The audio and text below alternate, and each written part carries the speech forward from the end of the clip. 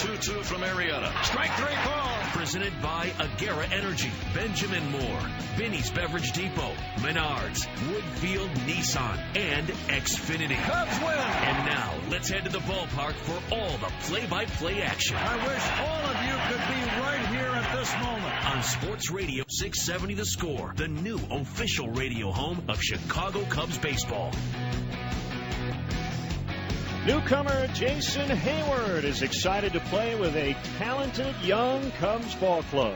Good group of guys. Talent takes you so far, but if these guys want to work, they're hungry to get better, especially the younger guys. They want to be the best version of themselves. And, as someone who's been through that, I understand it takes time, but they're willing to put the time in. And I feel like we have a good group of young players, veteran guys, and a good group as a whole to have some fun this year. Today from a sold-out Sloan Park in Mesa, Arizona, Hayward and the Chicago Cubs play host to their crosstown rivals, the Chicago White Sox, in Cactus League action. Hello again, everyone, along with Ron Coomer and in for Pat Hughes. I'm Len Casper. The pitching matchup today, right-hander Eric Johnson for the White Sox. Right-hander Jason Hamill will go for the Cubs.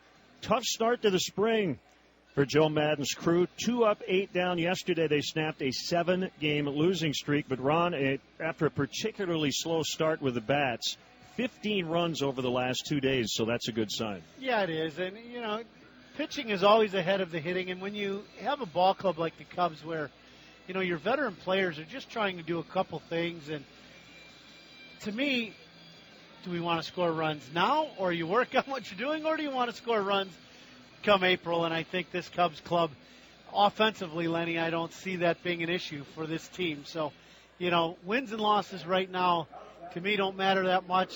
The offense is going to be there. And as you said, the last few days, the offense has really started to come alive. It's a split squad day for the Cubs. The other half of the team will play a night game tonight over in Glendale against the Los Angeles Dodgers. Trevor Cahill will get the start in that one. For the White Sox today, most of their starting lineup in terms of what you'll probably see on opening night here in Mesa, along with their manager, Robin Ventura. In terms of the weather, blue skies above. It is gorgeous. It has cooled off a bit. 68 degrees currently, but it feels a lot warmer in the sun. And we have a sellout crowd here at Sloan Park in Mesa for Cubs baseball. When we come back, we'll have the starting lineups, the first pitch, and all the action. This is The Score and the Xfinity Cubs Radio Network. Boers and Bernstein here. Afternoons 1 to 6. You're listening to Cubs Spring Training Baseball on Sports Radio 670 The Score. What if there was only one store in Chicago that sold apples? Those would be some pretty expensive apples, right? Well, it's the same thing with energy providers. You want competition and the competitive pricing that comes with it. Since deregulation, energy providers have competed to give you better pricing and better service. Agera Energy, an expert in the energy industry, is dedicated to helping homeowners and businesses of all sizes find the most reliable and affordable plans for their electricity and natural gas needs. Agera Energy local representatives will work with you to help you understand your energy choices and ensure you're receiving the best plan for your home or business. See what Agera Energy can do for you. Visit AgeraEnergy.com right now to sign up today. That's AGERA Energy.com. The Chicago area's choice for electricity and natural gas supply. Agera Energy. Energy to power your world. Additional terms and conditions may apply. Please visit Agera Energy's website at AgeraEnergy.com for additional information. Electric license 150330 and natural gas license 150342.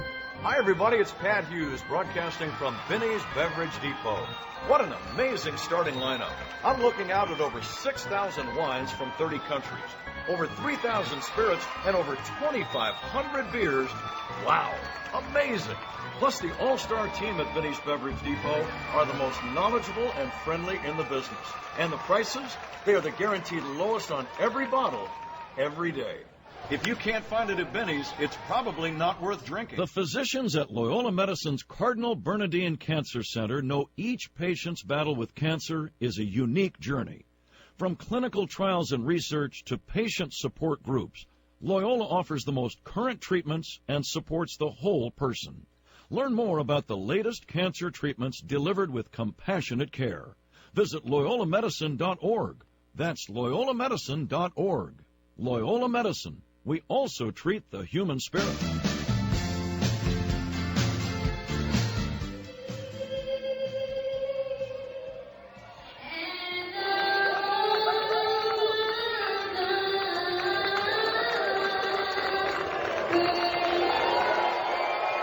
Welcome back to Sloan Park in Mesa. The Crosstown Series starts early. Cubs and White Sox matching up a couple of times here in Cactus League play, and then 4 straight days coming up at the end of July in the regular season. Let's get today's starting lineups. First, for the visiting White Sox, they've played 10 Cactus League games, 6 wins, 3 losses, and a tie so far. Leading off at the DH position, Adam Eaton. Batting second and playing second, one of their newcomers, Brett Laurie. Jose Abreu will play first and hit third. Todd Frazier's in the cleanup spot. He'll man third. Switch hitting Melky Cabrera is in left, batting fifth. Avisail Garcia off to a sizzling start here in Arizona. He's in right, hitting sixth. Former Detroit Tiger Alex Avila will catch and hit seventh. Tyler Saladino will play short and hit eighth. And switch hitting Leury Garcia will play center and bat ninth. Right-hander Eric Johnson will pitch for the White Sox today. So again, 1 through 9, it's Eaton, Laurie, Abreu, Frazier, Cabrera, Avisail Garcia, Avila, Saladino, and Leury Garcia. Now the lineup card for the Chicago Cubs. Again, a split squad for them today. 2 wins and 8 losses so far. Leading off and playing center field, switch hitting Dexter Fowler. Jason Hayward will play right and bat second. Switch batting Jeimer Candelario will hit third and play third. Anthony Rizzo is the first baseman, hitting cleanup. John Andrioli is in left, batting fifth. Tim Fedorovich is the catcher. He'll bat in the sixth position. David Ross is the DH, batting seventh. Christopher Negron is at short, batting eighth. And Munenori Kawasaki playing second and hitting ninth.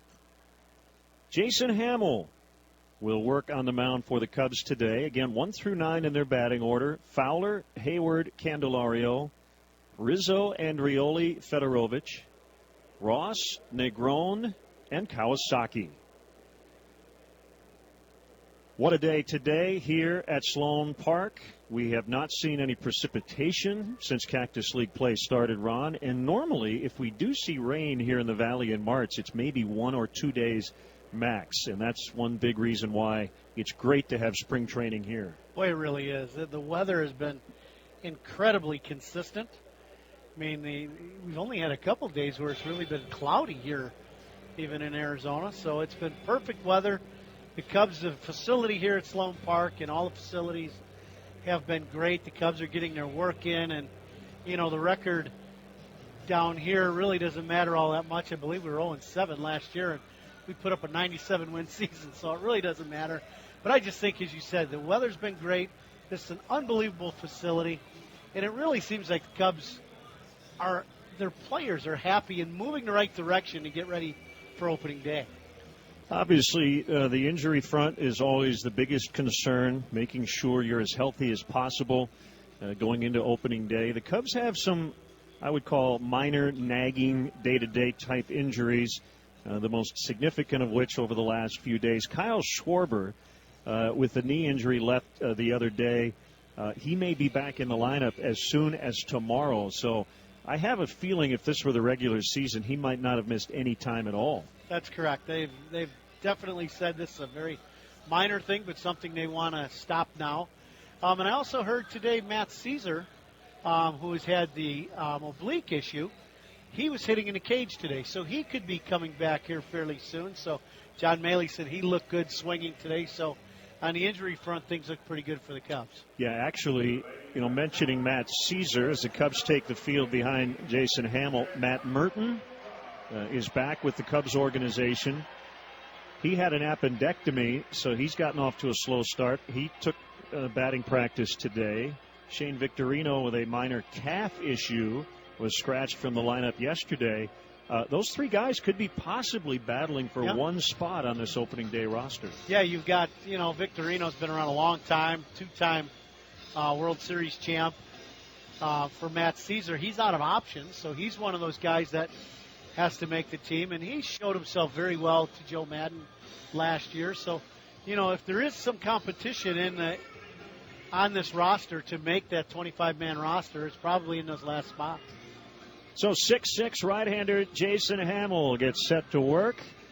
It's been a tale of two halves for him each of the last couple of years. 2 seasons ago, basically spent the first half with the Cubs, then got dealt to the Oakland A's. Last year got off to a good start, had the leg injury middle of the year, and never really seemed to be able to recover completely.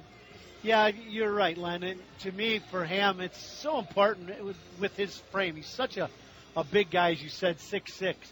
To lose your foundation, midway through the season and not be able to drive off your back leg and use those legs to your benefit, to me, that really cost him. And, because of that and because of what you said, he's really changed his program this offseason and his workouts and the way he went about things, his diet.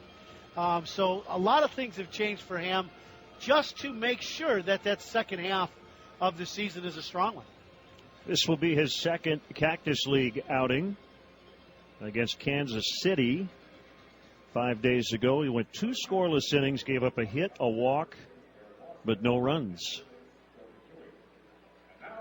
Today's umpires, Rob Drake, will work home plate on the bases, and these guys will rotate: Dana Demuth, Dale Scott, and Corey Blazer. Left-handed hitting Adam Eaton will dig in.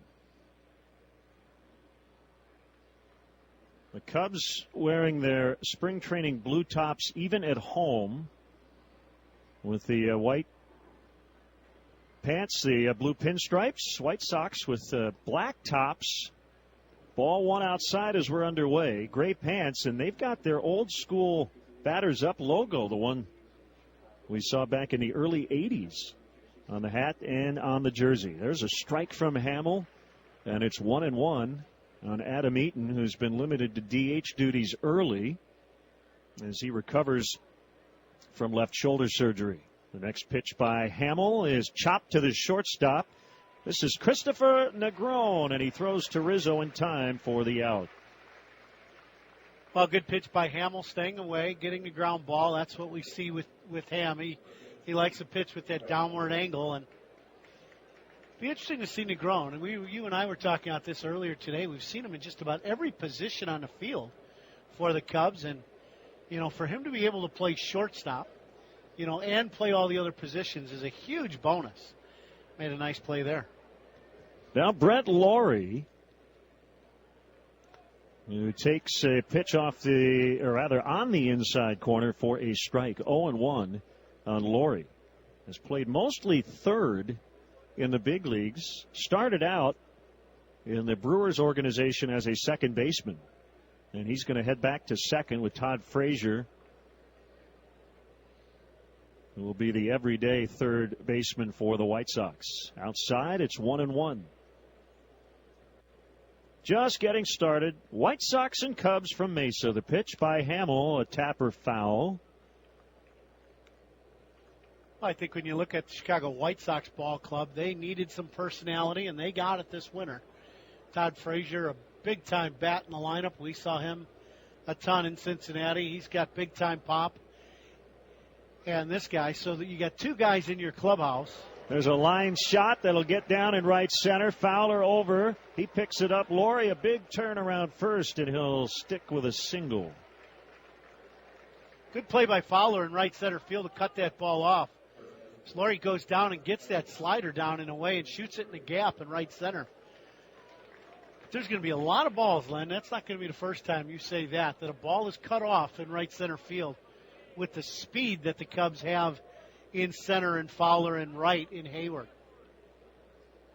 So Hamill will work from the stretch for the first time, facing Jose Abreu. starting his third Major League campaign. He's hit at least 30 homers and knocked in over 100 runs in his first 2 apiece. Strike called on the outside corner on Abreu.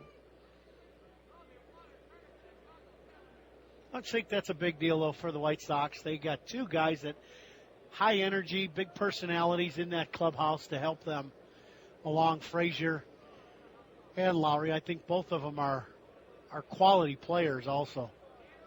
1 strike on Abreu. Right-handed hitting slugger, and he swings and fouls back.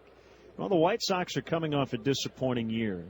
And you look at a lot of guys who returned from last season. They had down years. Right. So if you expect those guys to maybe get back toward what they normally do, I like the top of their starting rotation a lot. Yeah. They could make some noise in the American League Central. 2 strikes on Abreu. Here's the pitch. It's low in the dirt, knocked down by Fedorovich. Robin Ventura, the White Sox manager. First base coach is Darrell Boston. Joe McEwing is over at third, and good to see ex-Cubs manager Ricky Renteria, who is the new bench coach for the White Sox. He had a nice long chat with Gary Jones before the game on the field. Hamill now will throw over, Lowry back.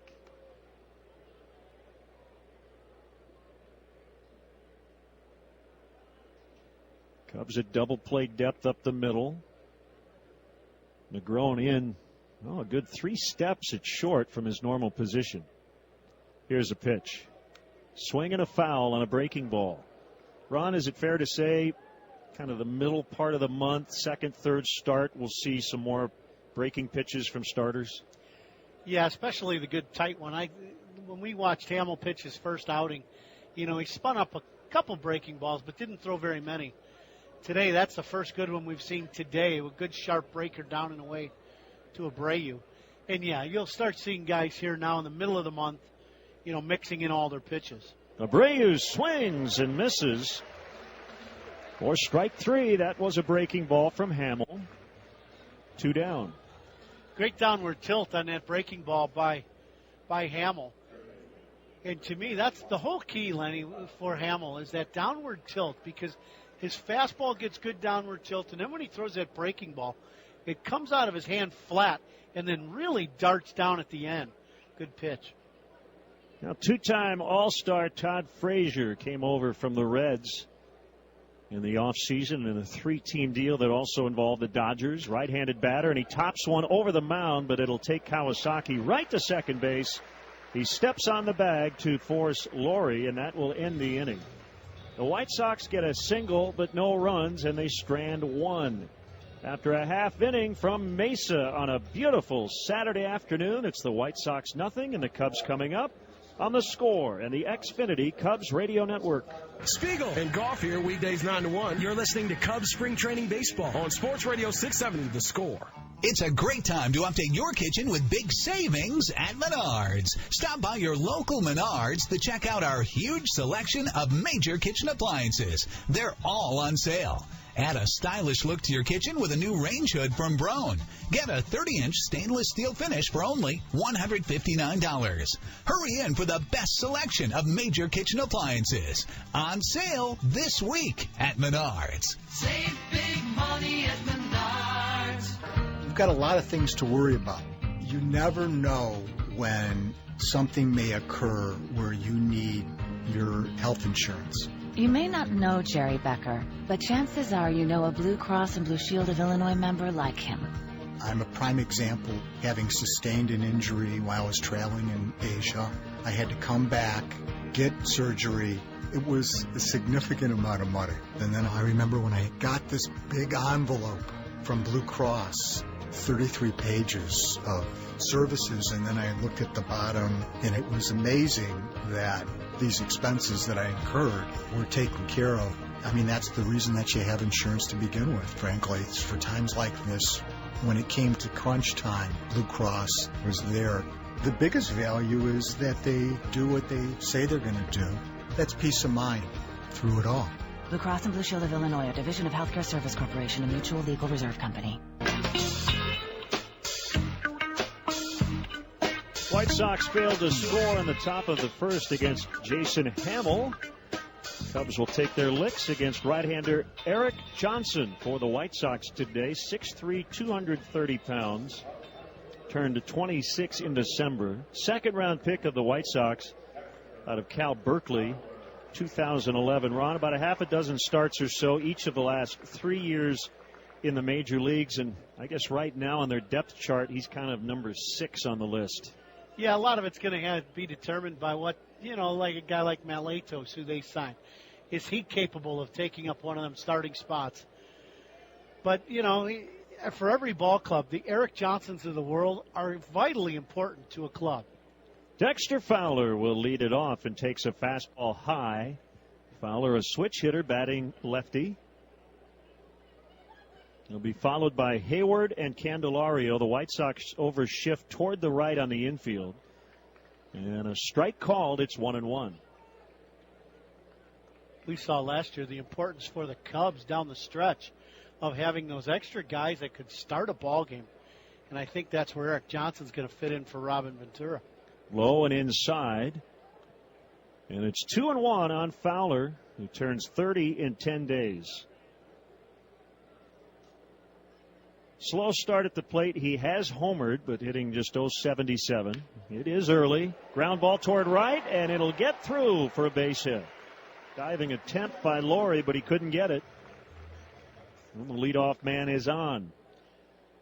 Good swing by Fowler. He hooks this ball in the hole. And Laurie, I don't think he got a good read on that ball off the bat. He was playing, a good 2 steps into the outfield grass and right. But Dexter beat the shift, and Cubs get the leadoff guy on. Now Jason Hayward entering already his 7th major league season. Abreu will hold on the runner Fowler.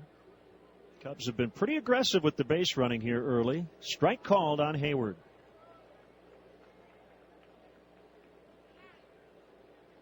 Cubs really don't have any big burners, guys who are going to steal 45 to 50 bases, but Fowler, Hayward, Anthony Rizzo. Yep. These guys could all be 15 to 20, maybe 25 stolen base guys as Hayward fouls back. I think Chris Bryant's going to get thrown into that mix, too, where Yep. Chris, the more time he gets and the more comfortable he gets in the big leagues on the bases, he's got that kind of ability. The only issue for Chris, when you're hitting in the middle of a lineup full of sluggers, you don't want to make too many outs on the bases. The 0-2 pitch, Hayward with a fly ball out into shallow center, and it's going to drop for a base hit. Great read by Fowler. And he's going to end up at third. A bloop single by Jason Hayward, and the Cubs have him at the corners with nobody out. Perfect call, Leonard. Dexter basically at second base when this ball drops. As Hayward hits this ball right off the end of the bat, a little cue shot that ends up over the shortstop Saladino's head, and Dexter with a great read easily cruises into third base. So we talked about aggressive base running. There you go, right on cue, and nice base running by Dexter, and the Cubs early in this game got something going against the White Sox. So back-to-back singles to start it, and now Jeimer Candelario playing third. Switch hitter batting lefty. The White Sox will give up the run here for a shot at a double play as Candelario takes a strike.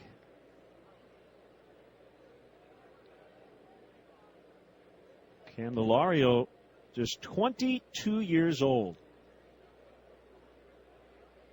Signed with the Cubs 2010. He was born in New York City, but he grew up in the Dominican Republic, where his parents are from. And he lives just minutes away from big league pitcher Johnny Cueto. Here's a pitch. This one cranked way foul to right. That one hit the top of the Cubs team shop building. Ron, I bet it's a good 450 feet from home plate and about 100 feet foul. That's one of them you need to call for. He hit that ball a ton, but that might way be out in front of the breaking ball. Two-stroke penalty. 0-2 on Candelario. The kick and the pitch, and a late swing that time, and he fouled over the roof. Candelario, big, strong guy, third baseman, good hands. All the Cubs staff very high on him. John Maley, we were watching him take batting practice today, and he's got such a good swing mechanically for such a young guy. Big time pop in the bat. First and third, nobody out, bottom of the first inning. Johnson with a slide step, and Candelario fouls again. Count holding at 2 strikes. What a crowd. We're going to have over 15,000, I believe, again today. How about the grass berm in right and left field? Hardly see any green. Jam-packed all the way around the ballpark. This is the Cubs' 7th home date.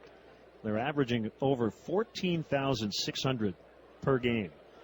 There's a low pitch in the dirt. 1-2 on Candelario.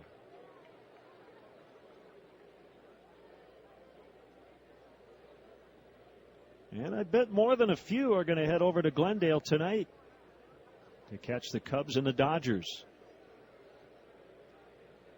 Yeah, I saw quite a few people outside, before we came into the ballpark today saying, oh, we're going to watch this one and then we'll watch the game tonight. How many people come down here just to watch Cubs baseball and to watch every game, and are season ticket holders for spring? And it's just a great time here at Sloan Park.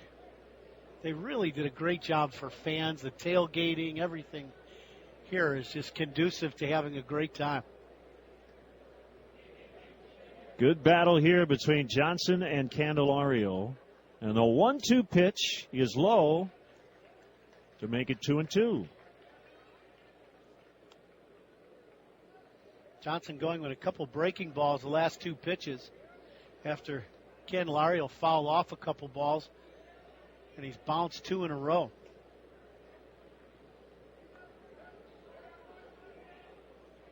Fowler singled to right to start it. Hayward with a blooper to center. Now Candelario has run it full. These are the at-bats Joe Madden loves, the 0-2 to 3-2.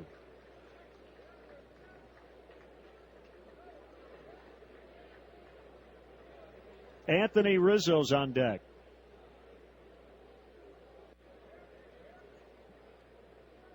Brandon Hyde, the Cubs' first base coach. Gary Jones is at third. Johnson now set. Here's the pitch. Outside on a fastball, and that will load the bases. Well, that's a Chris Bryant special, 0-2 to 4-2. And they're loaded with nobody out. Well, that last fastball missed the outside corner, not by much, but a really good at-bat by Candelario as he fouled off a couple breaking balls, then laid off 2 breaking balls in the dirt, ran the count, as you said, Lenny, to 3-2. And then took that fastball away off the plate. So an outstanding at-bat by the young 22-year-old. And you always like loading the bases in front of Anthony. Rizzo last year knocked in 101. First time in his career he's picked up at least 100 RBIs. Not quite sure where he'll bat in the order, but if he hits cleanup, he's going to have a lot of opportunities this year. Low for ball 1. The depth of this lineup, as we try to figure out what Joe might do on a daily basis, is pretty impressive. Think about where some guys are going to be hitting in a lineup 5th and 6th, and on any other ball club in the league, they might be hitting 3rd. It is pretty impressive, is right. 3 on, nobody out. The 1-0 pitch is grounded into right. That's a base hit. Fowler will score. Hayward around third. He is in. Candelario will slide in safely at third. It's a 2-run single for Anthony Rizzo, and the Cubs have the early lead. Well, Anthony got a breaking ball up in the zone, and he smashes this ball through the hole and drives in 2 runs. But, I mean, for the White Sox sake, they're lucky that ball stayed in the ballpark if you're Johnson. He hung that pitch. It was up. And you can tell Anthony is getting more and more comfortable at home plate. So the first 4 batters have reached, and now it's John Andreoli. First and third, nobody out. Cubs lead 2-0. Andreoli, a right-handed hitter. He's playing left. And he bunts. It's a squeeze play. Candelario will score. Andreoli is safe at first. Abreu charged. Johnson, the pitcher, grabbed the ball. Nobody was covering first base. That'll be an RBI bunt single, and it's 3-0. How about a squeeze? Surprise, surprise, and it was worked to perfection. Andreoli did a great job of waiting until Johnson committed towards home plate before he showed bunt, laid down a perfect bunt, and as you said, Abreu came in about a good 15 or 20 feet onto the grass and then slipped. It ends up being a base hit and a run scored. Cubs up 3-0. 4 singles and a walk. Still 2 on, and still nobody out, and it's Tim Fedorovich, the catcher. He homered yesterday, and he takes a strike.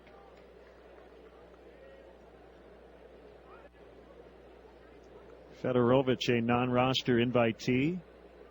Last year was kind of a wasted year due to knee surgery during spring training. He had been traded previously from the Dodgers to the Padres. And he lifts a fly ball to deep right. Looks like it'll be playable, and it's caught right up against the barrier by Avisail Garcia. On the play, Rizzo will tag from second and head to third. That ball kept carrying, and Fedorovich nearly hit it out. Lenny Fedorovich is one of those guys that he's just under 6 foot tall, but he is some kind of powerful. Watched him take batting practice today and hitting line drives all over the ballpark, and he just missed hitting an opposite field 3-run homer. First and third again. This time for David Ross. Boy, is he off to a good start. In his final spring training, he will retire after the season. 3 for 9, 2 doubles, a home run. Andreoli runs, Ross foul tips. It'll be a stolen base for Andreoli. That'll take away the double play chance. Good jump by Andreoli as he got a great break off first. Johnson a little bit slow to the plate with a high leg kick, not anticipating the Cubs looking to run and stealing second easily. Right side infielders now will move in a bit. Actually, everybody coming in as Ross waits, and he pops it up on the infield. It's Laurie, the second baseman, backpedaling onto the grass, and he has to dive out toward right to make the catch. Looks like he's got the sunglasses actually on top of the bill of his cap, and the wind might have nudged it a little bit toward the outfield, but he was able to make the play. Yeah, it looks like the wind has shifted a little from earlier in the day where it looks like it might be blowing out now, what little wind there is out to right. But that ball went up. It was a routine play, only a couple feet into the outfield grass, and White Sox catch a break that he caught that ball diving for it into the outfield grass.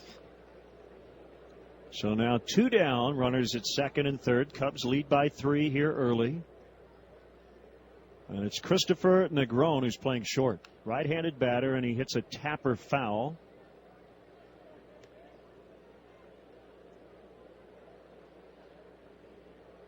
Four hits and a walk, and the Cubs with the early lead. Prior to Thursday against Seattle, the Cubs had not plated more than 3 in any game, but they've put up 15 runs the last 2 games coming in here today. The 0-1 is low. 1 ball, 1 strike. They are hitting the ball out of the ballpark, however. They've got 16 home runs. Just behind the White Sox, who lead the Cactus League in that department.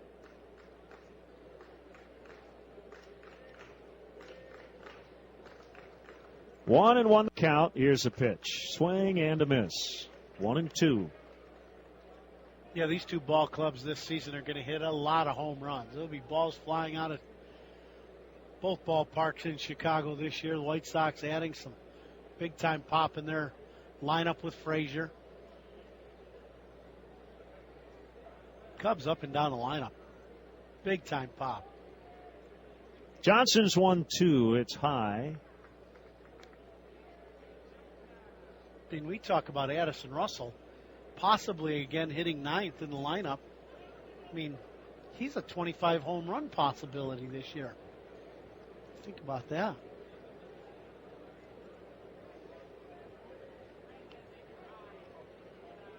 2-2, the pitch. Fouled back of the plate. This has been a grind of a first inning for Eric Johnson.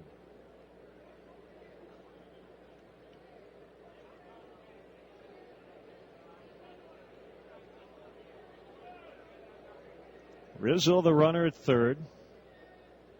And Rioli is at second. Wind blowing out toward right, not very hard.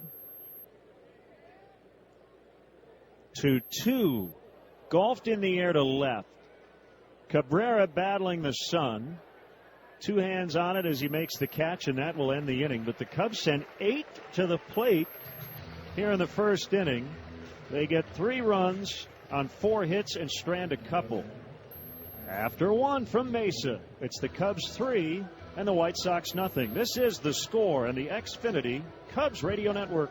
Lawrence Holmes here, nights 6 to 10. You're listening to Cubs Spring Training Baseball on 670 The Score. You know what I wish? I wish that I had internet that let me get on the internet when I want to get on the internet. Seems like there are just certain times every day when I try to go online that my DSL is just not that reliable. And when the whole family's online, forget about it. Why can't I just get internet that works any time of day? Now you can. With Xfinity Internet, you get reliably fast speeds, even during peak hours when everyone is online at the same time. Wow, that's fast. Careful you don't break the internet. Wait, it can break? No. Oh, thank goodness. Xfinity Internet gives you the speed you need all day long. Now new customers can get started with Performance Starter Internet for just $19.99 a month for a whole year. Call 1-800-XFINITY or visit Xfinity.com today. Requires enrollment to EcoBill paperless billing and auto pay. Offer ends 3/31/16. Restrictions apply. Equipment, taxes, and fees extra and subject to change. After promo, regular rates apply.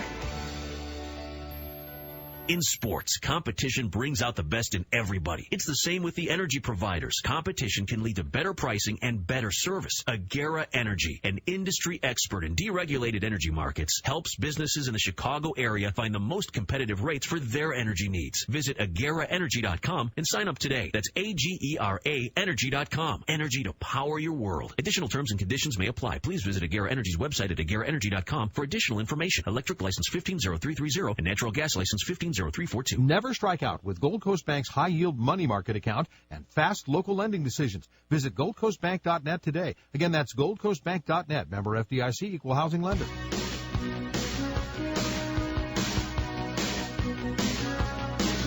Cubs put up 3 in the opening inning. White Sox will bat here in the second against right-hander Jason Hamill. Switch batting Melky Cabrera will start it, his second year with the White Sox. 11-year Major League veteran.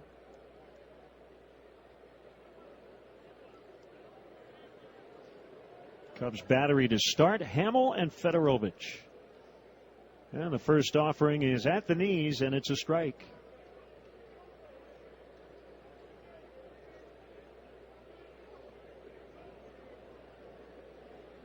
Cabrera, 31 years old. And takes it high and a little bit outside.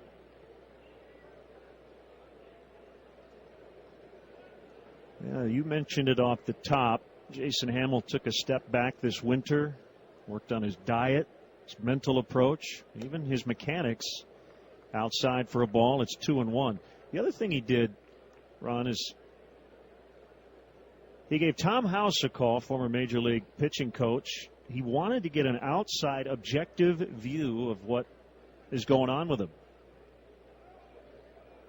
Trying to find some solutions, and a strike on the outside corner. And you'll occasionally see guys do that. It's almost like in the medical profession, you get a second opinion. Right, yeah, for sure. 2-2 pitch. Jam shot roller to second. Kawasaki will make the play.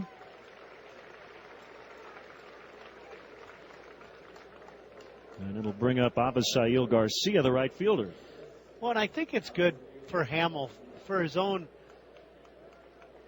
mental psyche of knowing that the last 2 years you've had, as you said, Len, kind of a tale of two types of seasons in one. First half has been good, and the second half things tailed off 2 years in a row. So you want to make some adjustments, and to go to a guy who's had great success in the league with some Hall of Fame pitchers is not a bad thing to go and talk to people about your career and get some input, because some of it you can take, some of it you don't have to, but to get as much input from some very qualified people is always a good thing. Strike called on Garcia. Right now kind of part of a four-man outfield mix with the addition of Austin Jackson, the former Cub. And we'll get a lot of reps in center. Low and outside. Garcia's a right fielder, so Adam Eaton can play the corners. You've got the aforementioned Melky Cabrera. Hamill's 1-1 and fouled away. And a lot of times when you go to that, quote, second opinion or an outside source, a lot of the stuff you hear is the same stuff you've heard right from your pitching coach or your manager. You just maybe hear it in a different way. And it kind of confirms what you may have already known. Mm-hmm. I just think it's great for Hamill to... 1-2 called, strike three on the outside edge to get Garcia. Second strikeout for Jason. But I just think it's important for every big league player to always evaluate your past season. You go home and then you take a good, strong look at what happened, whether it be good, bad, or a little of both, and you try to work on some of the things that have been an issue for you. And I tip my hat to Hamill that he's, really trying to fix this second half woes that he had last year and be a guy that can pitch deep into the game and deep into the season and maybe throw a few more innings for the Cubs. Alex Avila, the former Tiger, signed with the White Sox as a free agent, left-handed swinging catcher, and he looks at a strike. His dad, Al, is now the general manager in Detroit. He's battled some injuries, particularly a couple of concussions over the years as he rolls it foul 0-2. Yeah, I got a chance to see Vila play quite a bit in Detroit. And he's a guy with good pop in his bat, does a good job behind the plate. But the concussion thing really kind of hampered his season a couple years ago in Detroit. 2 outs, nobody on. Dealt with a knee injury last year in the dirt, 1-2.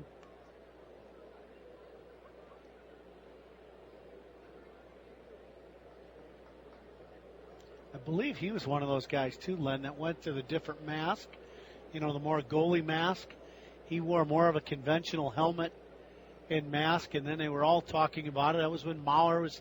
It was that same division of Vila and then Mauer and all those guys, had some issues. They started going to the different helmet. Low for a ball, 2-2. More like that hockey mask, and I think, that has helped some of the guys that have had the concussion syndrome or concussion issues.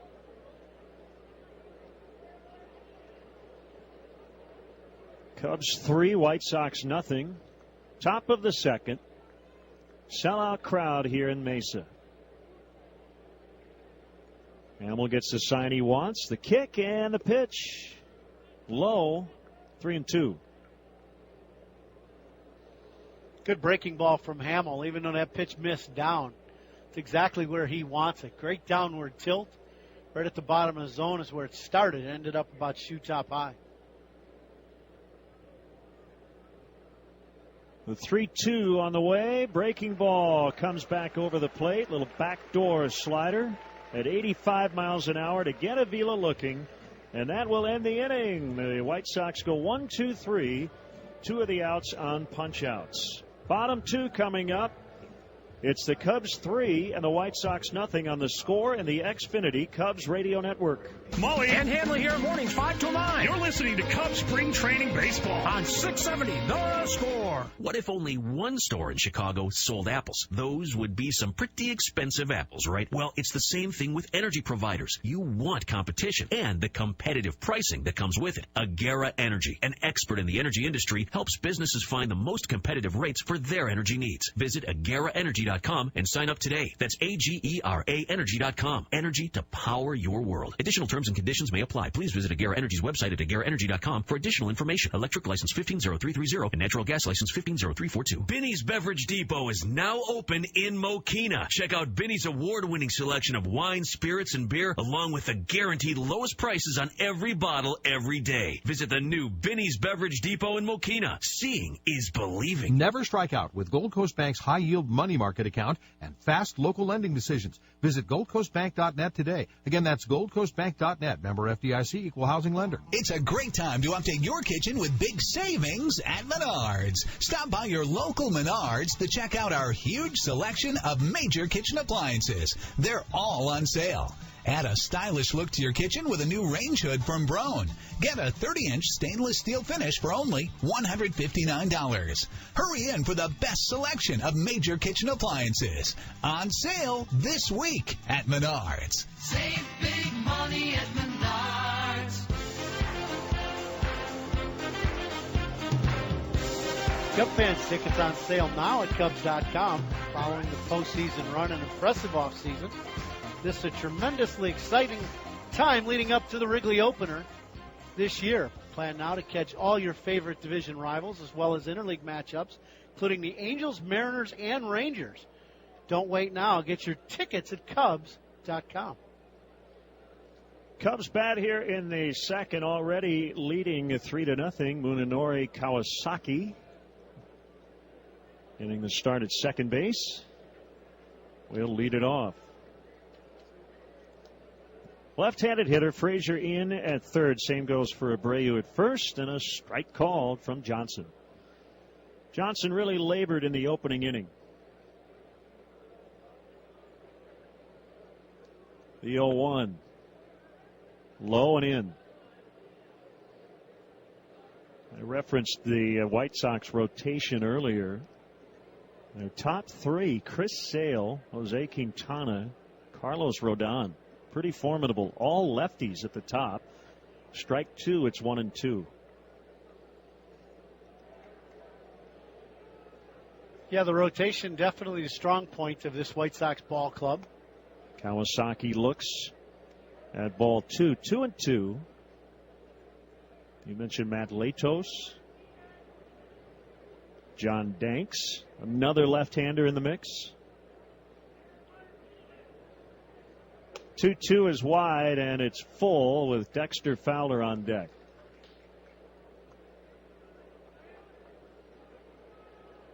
Yeah, this White Sox club, when you throw those three lefties right at the top, all three throw the ball well.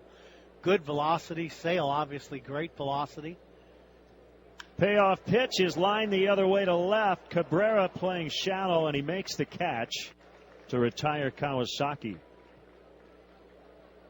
Good swing by Kawasaki. Got a fastball away and just shot it the other way. Hit a line drive, but Cabrera coming in and making a shoe top catch in left. Put a good at bat for Kawasaki.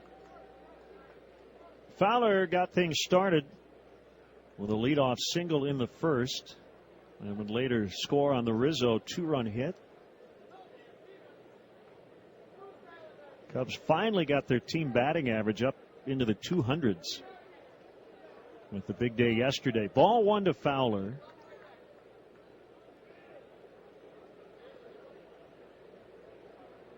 Wind has kicked up a little bit out to right. In tight that time, it's 2-0.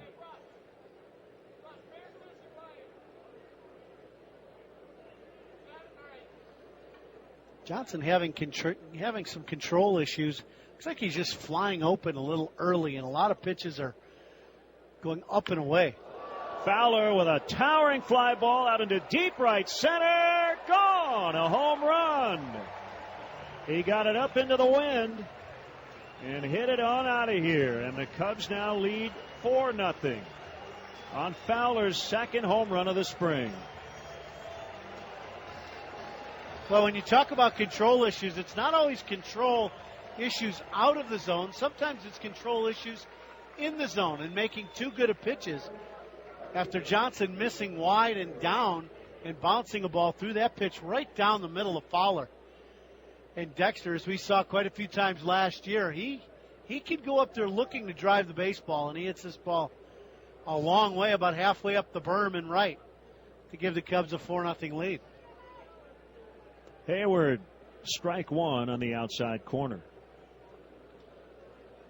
Cub fans remember the home run Fowler hit in the wild card game, but how about the game-winning blast off LaTroy Hawkins against his former Rockies team at Coors Field? 1-1 now to Hayward. That was, I think, the first Sunday of the season, wasn't it? Yeah. The pitch, Hayward checked his swing on a changeup, and it's 2-1. But if I recall, that was the game when we were down, losing the whole game. He comes in the ninth and blasts one off the facade and right. 2-1 to Hayward with a fly ball right field, not deep, and it's Garcia, that's Avisail, to make the catch. 2 outs. After that home run, the Cubs kind of got on a roll and really didn't get off that roll all season with a 97-win season. And you look back at certain plays and things that happen in a year, and I think that's one of them early in the year, don't you? That no question really kind of got the Cubs jump-started. Candelario with 2 outs, called strike one. Chris Bryant hit some big home runs during the regular season. Chris Denorfia, remember the homer he hit off the Royals late in the year, that makeup game. 1-1 to Candelario. The pitch, breaking ball off the outside corner.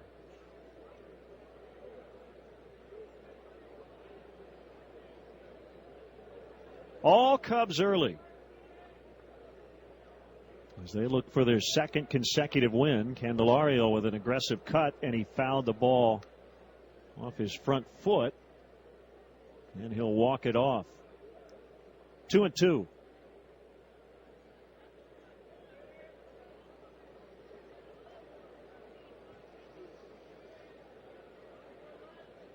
Chris Denorfia is in camp with the Yankees. Really enjoyed being around him last year. Swing on a fly ball, left field corner. Cabrera will go after it. It'll land fair and bounce out of play for a double. That ball hit the warning track and bounded over the side wall and into the seats. So he's on for the second time, and it'll bring up Rizzo. Candelario a little tardy on that fastball inside the first pitch or fastball in that he saw from Johnson, and just shoots this ball the other way. And Len, we were talking about that, a little bit of wind blowing out to right probably kept that ball fair. As you said, it bounces and ends up in the seats for a ground rule double.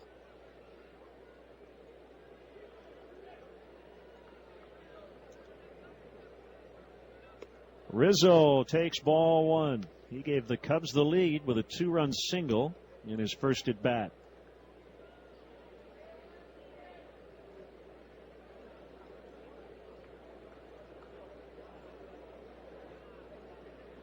Cubs just have not let Eric Johnson settle in. The 1-0 swung on and fouled back to the top of the net. Big swing by Anthony, and that's once again, as you said, Len, Johnson hasn't settled in on the mound, and when he's missed by quite a bit. And then when he's thrown the ball over the plate, we've seen some big swings by Cubs hitters. 1 ball, 1 strike. Johnson now set. Hands chest high. Couple of looks at Candelario, and the pitch is outside to make it 2-1.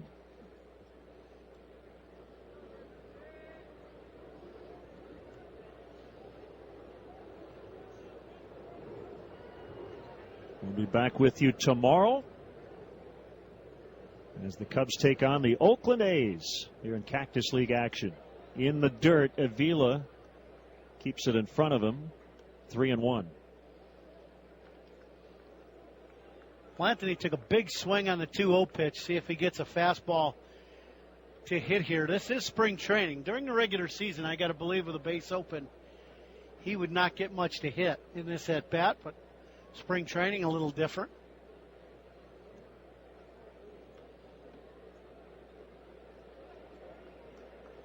The 3-1 golfed foul out of play.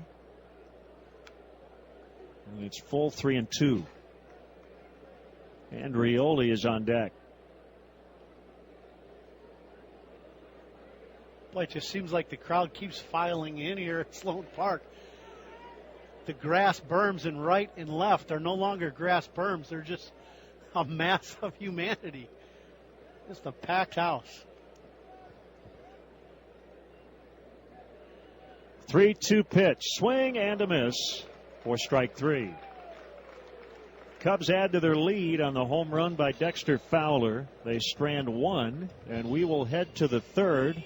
It's now the Cubs 4 and the White Sox nothing on the Score and the Xfinity Cubs Radio Network.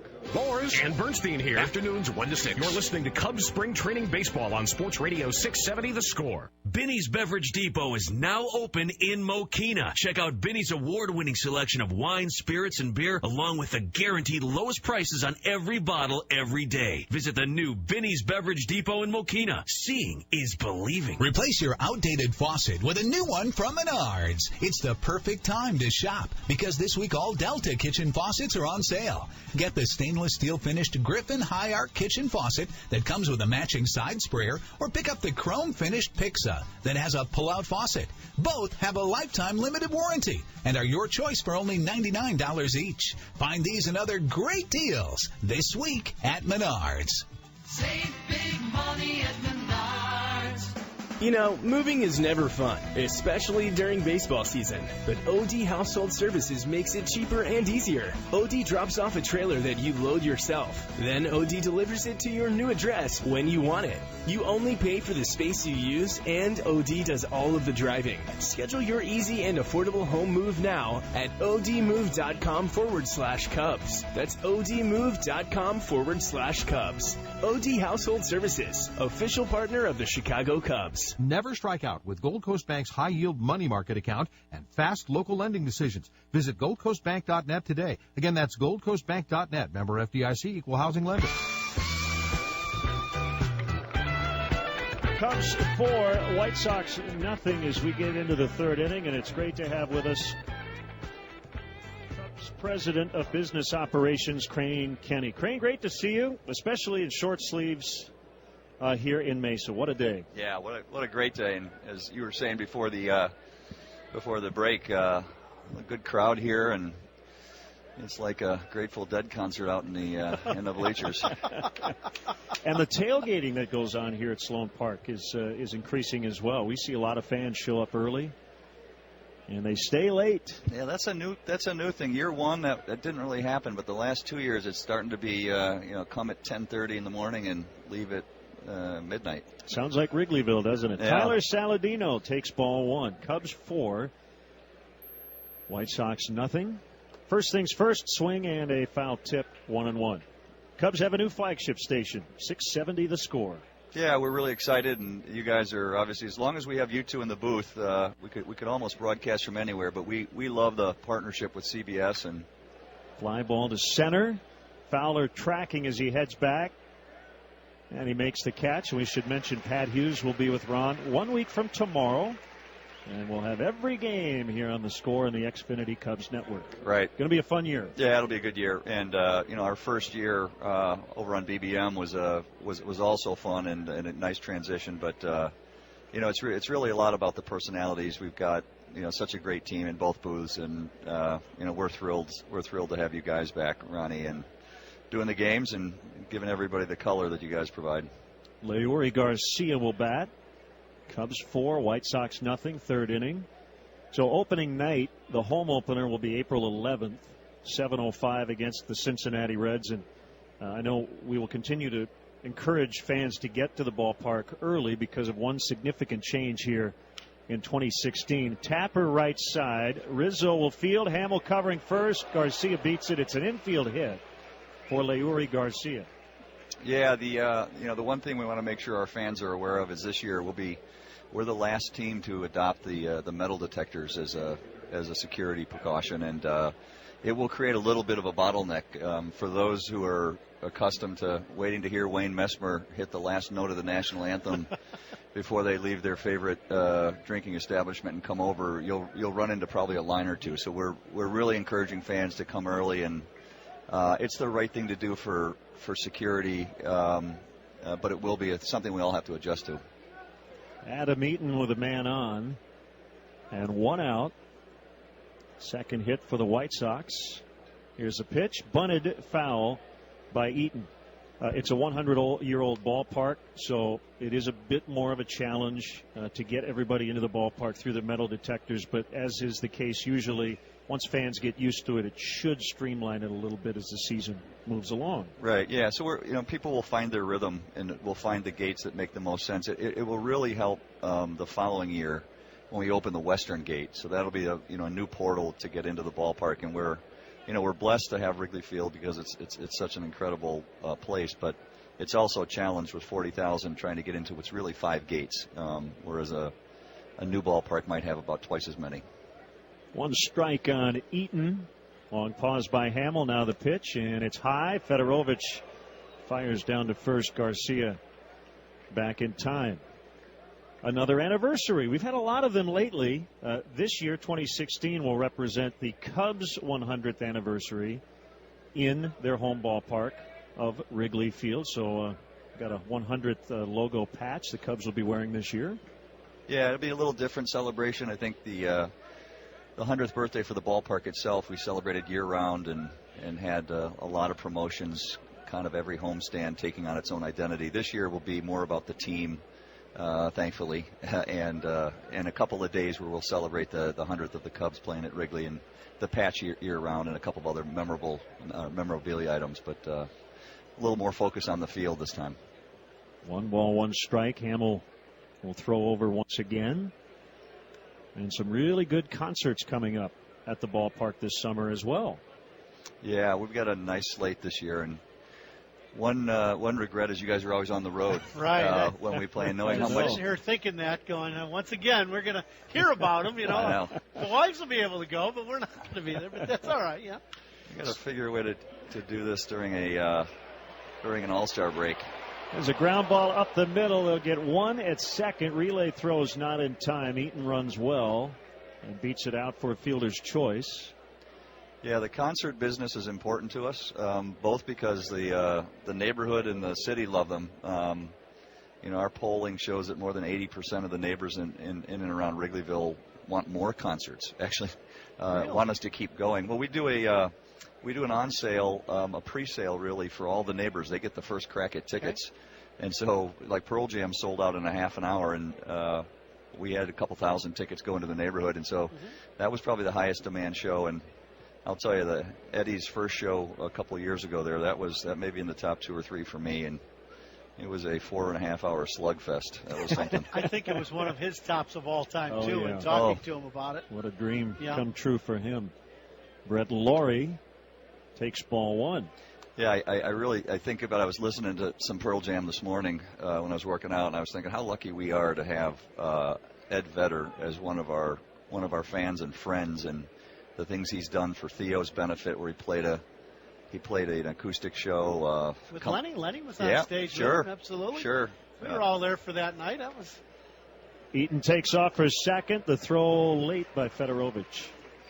But he's one of those celebrities that we're fortunate in that, largely because of the ballpark and the team, we get to meet these folks from time to time. But I'm not sure I've met any of them that have actually given more to us than they've asked from us. Sometimes the stars ask for tickets and they want access to various things, and then you never see him again. Here's a guy who he just keeps giving to us, and at some point we definitely owe him a big thank you. 1-1, runner at second.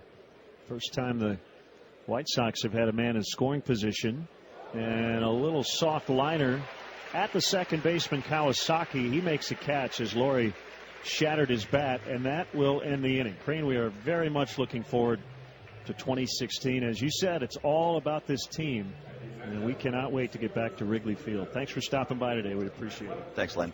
Thanks, Ronnie. Yep. That's Cubs president of business operations, Crane Kenny, in the third inning. 4-0 Cubs on the score on the Xfinity Cubs Radio Network. This is your new radio home for Cubs baseball. We are Sports Radio 670 The Score, WSCR and HD Chicago, WJMK HD2 Chicago. In sports, competition brings out the best in everybody. It's the same with the energy providers. Competition can lead to better pricing and better service. Agera Energy, an industry expert in deregulated energy markets, helps businesses in the Chicago area find the most competitive rates for their energy needs. Visit ageraenergy.com and sign up today. That's AGERA energy.com. Energy to power your world. Additional terms and conditions may apply. Please visit Agera Energy's website at ageraenergy.com for additional information. Electric license 150330 and natural gas license 150342. At Loyola Medicine, physicians and caregivers place the physical and emotional needs of each patient above all else. Loyola has over 1,000 doctors in 70 specialties. A Loyola doctor's sense of compassion is as highly regarded as their expertise. Find a doctor that's just right for you, convenient and close to home. Visit loyolamedicine.org. That's loyolamedicine.org. Loyola Medicine. We also treat the human spirit. Ready to tap into the equity of your home? Start dreaming. Start planning. Start banking on your future with a home equity loan from Old Second Bank. We offer flexible, low annual rates that are second to none, all from a locally owned, customer-focused bank that's been part of the community for over 140 years. Contact an Old Second banker at oldsecond.com or call 877-866-0202 and turn your house into money today. Old Second Bank, Equal Housing Lender.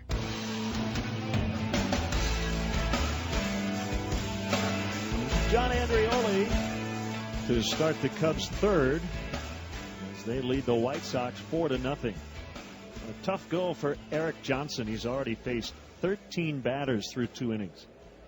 His first pitch is on the outside corner for a strike. John Andreoli to the University of Connecticut. His teammates there included a bunch of guys who've had big league time. Mike Olt, the former Cub, George Springer, Nick Ahmed, Matt Barnes. He sends one out into right center. It'll get down in the alley. That ball's going to roll all the way to the wall, and Andreoli on his way to third. It's a stand-up triple. Andreoli having a pretty good afternoon so far here early in the game, Lenny. Remember, he executed the squeeze bunt to drive in the third run in that first inning, and now goes right center. Took a slider from Johnson and shoots it into the gap, and Garcia trying to cut it off, couldn't. The ball goes all the way to the wall, and Andreoli easily cruises into third. The White Sox will bring their infield in. Runner at third, nobody out. Here's Fedorovich, who sent one out to the wall in right. His first time up. The pitch downstairs, ball one.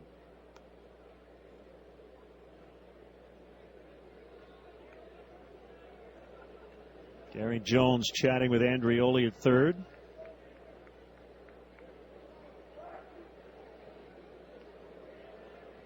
Johnson from the stretch with the 1-0. It's a breaking ball strike.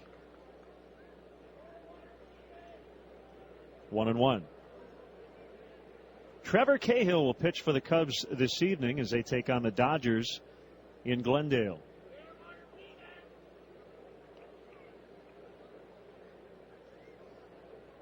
One.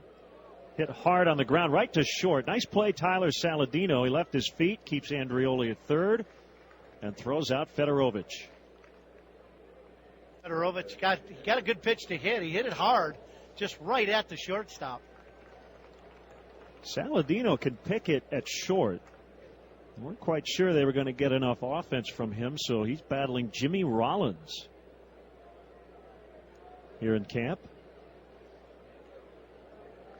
Now David Ross.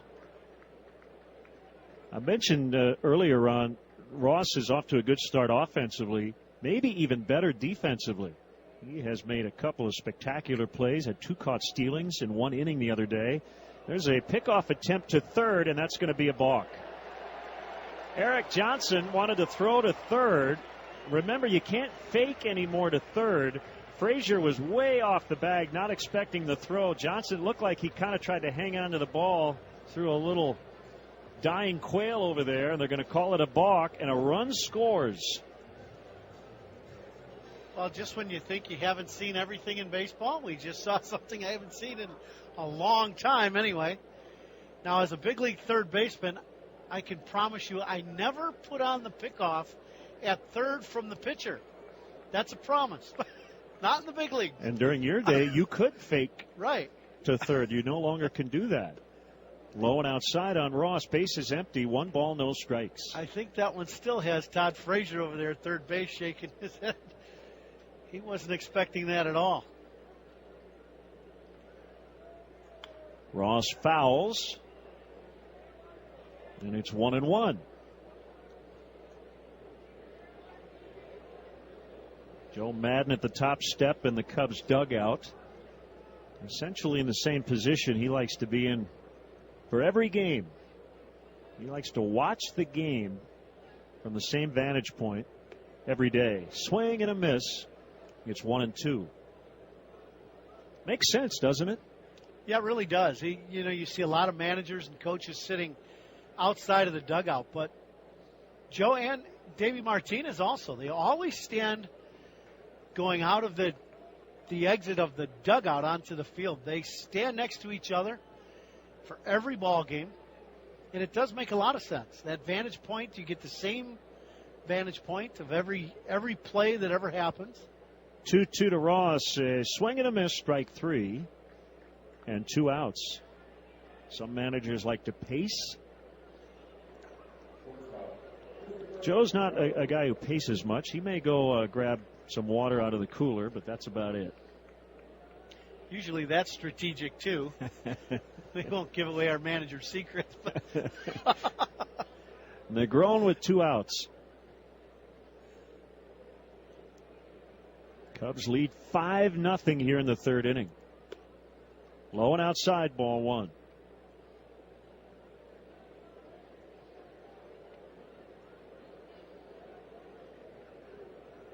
Johnson has given up runs in each of the first 3 innings as he deals high this time. 2-0. Johnson, a guy that usually has good command of all of his pitches. Today has not been the case for him. Fastball's been erratic. Breaking ball's been erratic.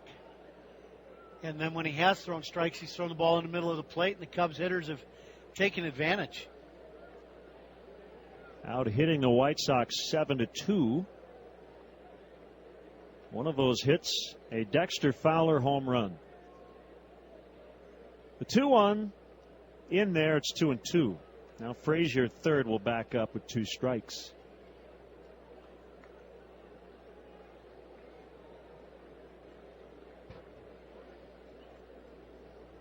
Two-two pitch, breaking ball, called strike 3 on the inside corner to end the inning. Leadoff triple by John Andrioli, and he scored on a balk.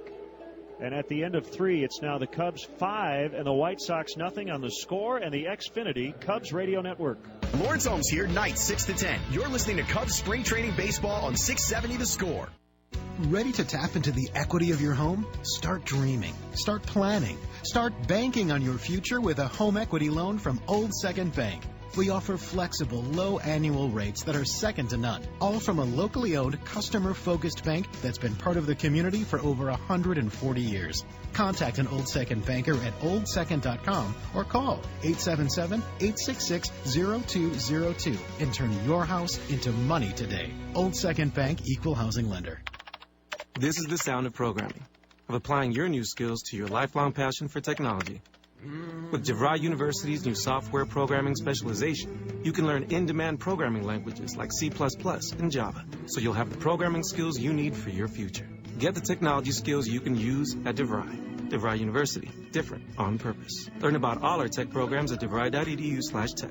Program availability varies by location. For comprehensive consumer info, visit devry.edu/bcis-ge. Replace your outdated faucet with a new one from Menards. It's the perfect time to shop because this week all Delta kitchen faucets are on sale. Get the stainless steel finished Griffin High Arc kitchen faucet that comes with a matching side sprayer, or pick up the chrome finished Pixa that has a pull-out faucet. Both have a lifetime limited warranty and are your choice for only $99 each. Find these and other great deals this week at Menards. Save big money at Menards. Trusted Choice independent insurance agents are free to shop many providers on your behalf. Free to do what's right for you. Find your agent at trustedchoice.com.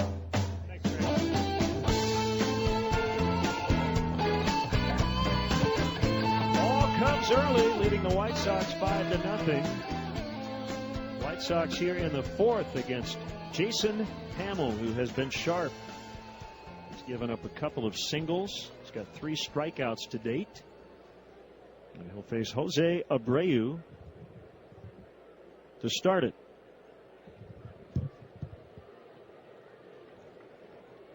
Righty versus righty. Here we go. And Abreu bounces foul near the third base dugout. Good to see Ryne Sandberg, the Hall of Famer, wearing his familiar number 23 in the Cubs dugout. I believe he's chatting with Doug DeCenzo, Cubs minor league outfield coordinator.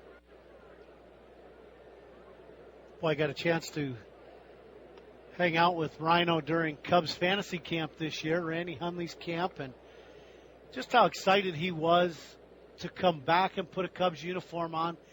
And then just the way the campers, who are all huge Cub fans, responded to having Rhino there. It was just really good to see. Hoisted into right, easy play. Hayward, he comes on to make the grab for the out. So Abreu retired, and now Frazier. Well, I give Rhino so much credit, Ron, for spending as much time as he did as a minor league manager in the Cubs and the Phillies organizations before he got an opportunity to manage the Phillies big league club. Inside for a ball on Frazier. Well, you just don't see Hall of Fame players spending time going to each level, A-ball, AA, AAA, to manage before they come to the big leagues again as a manager. He did things right. Frazier swings and fouls straight back. You know, Lenny, and sometimes timing just isn't the best, no matter what you do. And then with the Phillies club that he had, you know, they were on the tail end of all their veteran players were getting, you know, you might say a little long in the tooth, and they just weren't quite the same club they were 5 or 6 years earlier. Breaking ball is outside on Frazier. We've seen both from Hamill. The slider, that was a curve of 77. 2 balls and a strike. Back quickly comes Jason, and Frazier swings and misses. 2-2.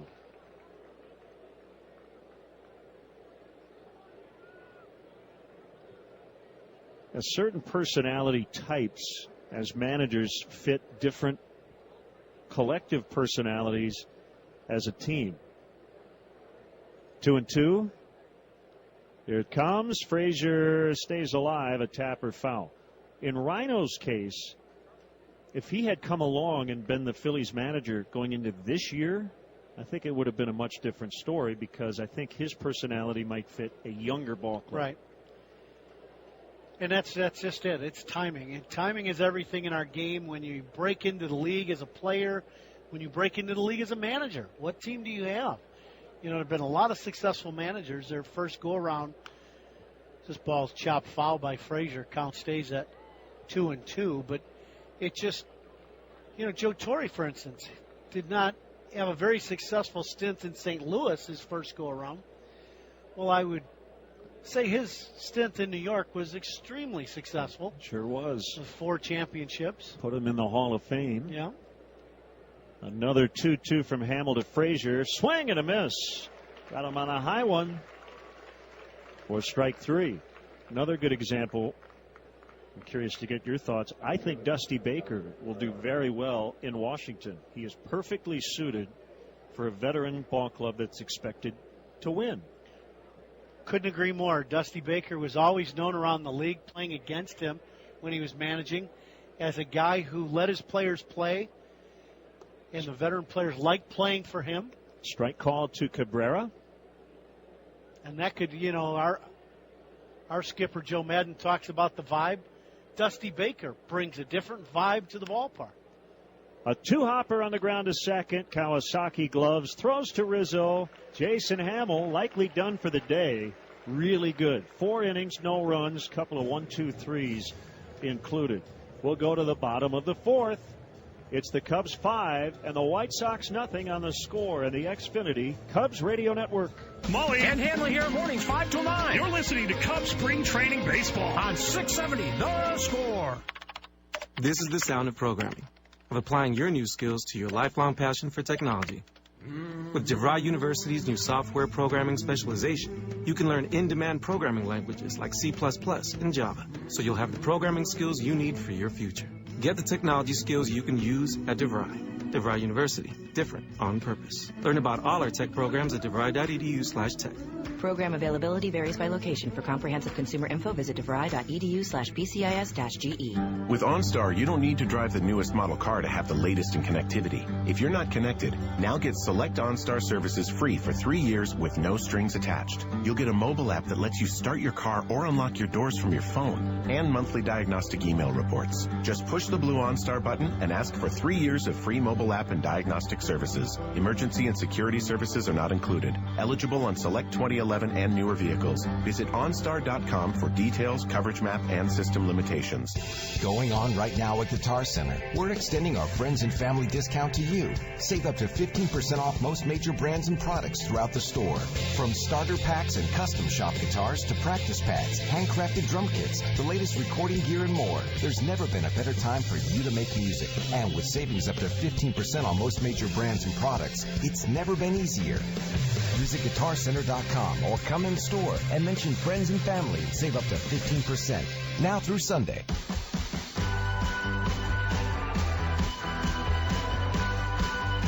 New pitcher for the White Sox, left-hander Dan Jennings is on as the Cubs come up here in the bottom of the 4th. Rough day for Eric Johnson, the starter. He gave up 5 runs in his 3 innings of work. Yeah, Johnson just didn't have good command, and he's usually a command guy, not a hard thrower. The fastball was a little erratic, especially to the left-handers, kind of fading off the plate away. The breaking ball, it seemed like at times he found it, but bounced a lot of hooks in the dirt. And then when he did throw some strikes, he really seemed like he left them up and in the middle of the plate.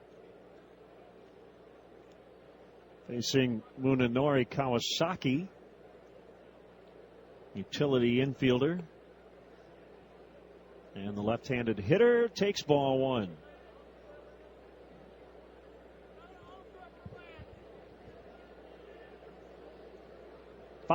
Nothing Cubs in the 4th. Jennings from the stretch. And a strike called, knee high.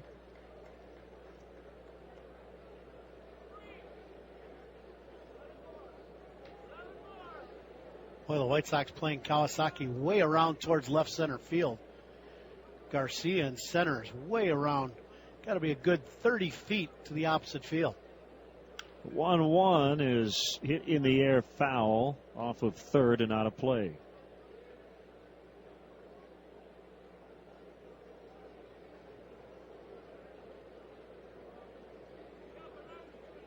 We'll head back over to the Cubs' old spring training facility, Ho-Ho-Kam Stadium tomorrow. Cubs and the A's. Outside for a ball, and it's 2-2. You've got the big time change coming up, right? Tonight, not in Arizona, but in Chicago. You leap forward, spring forward an hour. which means we'll hit the air at 2:55 Chicago time. Ground ball toward the hole at short. Saladino backhands, and a strike fired to Abreu. And he gets Kawasaki by a step. That is a nice play by the White Sox shortstop. Yeah, big-time play as he had to go to the hole to catch this ball running towards the left field foul line, and then just on the run moving away from first base, throws across his body and throws a perfect strike, as you said, Lenny. Right on the money. Really nice play by the young shortstop for the White Sox. And he is that is the reason why he is thought of so highly by Robin Ventura and this White Sox staff. Fowler will turn around at bat right-handed. 2 hits from the other side, including a home run, and strike one called. Dexter thought it was low, but Rob Drake did not. And as you know well, the home plate umpire's opinion is the only one that matters when it comes to balls and strikes. You can argue all you want. Ground ball right back to the mound, and Jennings with a nice stab on a hard-hit bouncer, and he'll throw out Fowler 2 down. Do you ever just have any, daydreams when you played that the guy would call strike 3 on you, and you'd turn around and you'd say, that pitch was outside, and home plate umpire would say, timeout, I'm calling a ball instead, because Ron Coomer said it wasn't a strike. Wouldn't that have been something? It would have been something, yes. I'm guessing it never happened in your career. It did not. But you still tried, right? Always. And they were more like nightmares because it didn't happen to what I wanted. Jason Hayward, ball 1 inside. Yeah, human nature is funny. You're not going to change the mind of an umpire. Although managers and players kind of feel like if you, quote, work the umpire, that you can maybe buy a call or 2 later. I don't know if there's any evidence to show that that happens, but they believe it. 2-0 now to Hayward. I would agree that they believe it, me being one of them, they, for a long time as a player. And I agree with you. I don't think it did any good, but made me feel better, and that's all that mattered. Jennings with a 2-0. It's right down the middle to make it 2-1. Lenny, look at where Garcia is playing in right field. He is way around towards right center.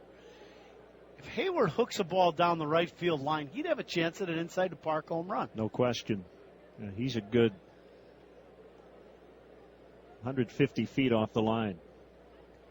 Inside, well, I guess one of the thoughts for the White Sox may be left-handed pitcher. Might work him away a little bit. I understand the thinking and all the shifts and all of that.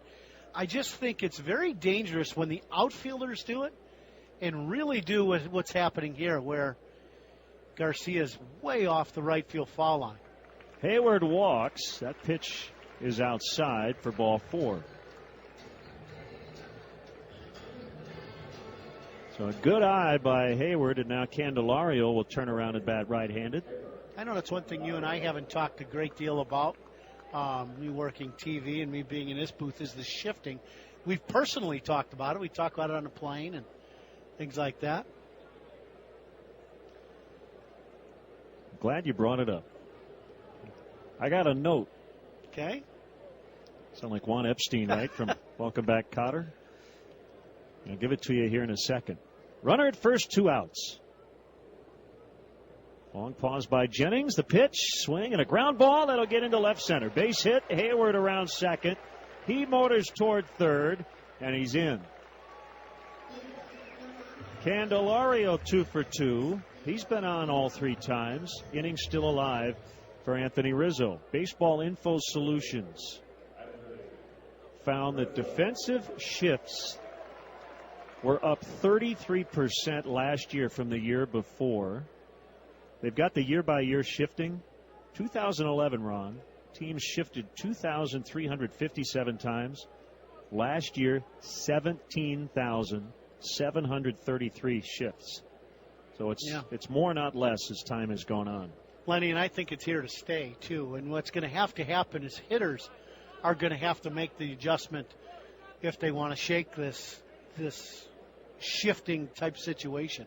Rizzo called strike one. We saw last weekend Jay Bruce and Joey Votto try to lay down a bunt to beat that shift. Rizzo on occasion has done it.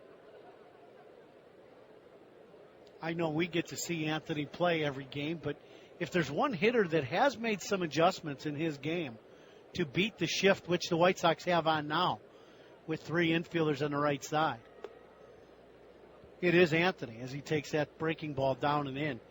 He learned how to hit the ball at the shortstop when the Cubs really needed a base hit or him to put the ball in play. He was really effective at inside outing pitches and the inner third and shooting them the other way and just hitting that line drive or ground ball to short where it was vacated and driving in a big run. The 1-1 gets by the catcher Avila. Hayward will score from third. Candelario to second. Wild pitch, and it's 6-0. Well, and a good jump by Hayward on the base hit by Candelario is what helped the Cubs score that run. You know, we don't, as we were talking about different things, Hayward on the base hit really did a great job flying around second base, drew the throw to third base, but was safe easily. But because of the aggressive base running that you talked about earlier today, the Cubs score another run, and I think that's one of those Joe Madden spring training rules. Let's be aggressive now and see where we're at on the bases. That just happened. And I think that for Joe goes all the way back to his days with the Angels. They've always been very good at going first to third. 2-1 on Rizzo on the pitch. He pops it up over on the left side. Frazier's got a beat on it. Saladino calls him off. Puts it in his pocket, and that ends the inning. But the Cubs continue this trend of scoring in every inning. They get another run, this time on a wild pitch. And at the end of 4, it's the Cubs 6 and the White Sox nothing on the score and the Xfinity Cubs Radio Network.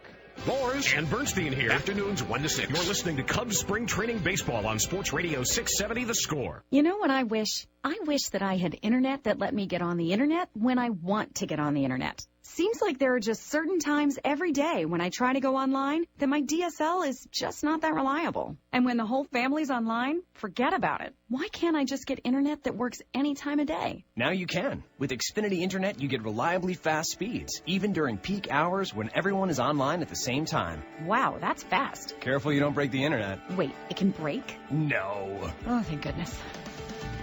Xfinity Internet gives you the speed you need all day long. Now new customers can get started with Performance Starter Internet for just $19.99 a month for a whole year. Call 1-800-XFINITY or visit Xfinity.com today. Requires enrollment to EcoBill paperless billing and auto pay. Offer ends 3/31/16. Restrictions apply. Equipment, taxes, and fees extra and subject to change. After promo, regular rates apply. Find the best American-made products on sale this week with Menards Made in the USA sale. Create the perfect outdoor living space with a wide range of landscaping and building materials. You'll spend more time enjoying your deck and less time maintaining it with UltraDeck. Rustic, low-maintenance composite decking gives you the look of real wood without the upkeep. It installs easily with hidden fasteners and is on sale now for $179 a linear foot. Save big money at Menards. Never strike out with Gold Coast Bank's high-yield money market account and fast local lending decisions. Visit goldcoastbank.net today. Again, that's goldcoastbank.net. Member FDIC, equal housing lender. Jason Hamill, terrific. 4 innings, 2 hits, no runs. He didn't walk anybody and struck out 4. And the new Cubs pitcher recently acquired Aaron Brooks, a right-hander. Cubs leading 6-0 in the 5th, and here's Ron. Thanks, Lenny. Aaron Brooks, as you said, acquired February 25th here in 2016 for Chris Coughlin. I thought the Cubs moving Coughlin did really a nice thing for Coughlin. He was going to be one of those guys that, you know, there really were no more positions on the field to play, and Coughlin did an outstanding job for the Cubs. Cubs moved him to Oakland. We may see him tomorrow, but he's going to get a chance to play in Oakland, and the Cubs get a good young pitcher in Aaron Brooks. They're in the top of the 5th inning. Cubs up 6-0. First pitch from Brooks. 2-hopper hit to third. Candelario knocks it down, barehands it, and then throws to first, safe at first base. Garcia running hard out of the box ends up beating this. It was a two-hop chopper. Candelario knocked the ball down, picked it up barehanded, and couldn't quite get Garcia. So that'll bring up Avila. So far as we do not have the official score, I'm going to guess that might be a base hit. Yeah, that's a tweener. Yep, tough play. Still no scoring on the play. Cubs up 6-0. Bring up Alex Avila. Avila punched out in the second, one of 4 strikeouts for Hamill on the day. His first pitch from Brooks. Avila swinging and missing. Cubs in a big shift. Three infielders on the right side of second base. Hayward playing very deep and right. They're calling it an error on Candelario. Yeah, tough play for Candelario at third base. It's one of those, as you said, Len, in between. Chopper around home plate. He got the second hop in between. Next pitch, a little breaking ball. Backdoor hook from Brooks. Avila couldn't hold up, and the count goes to 0-2.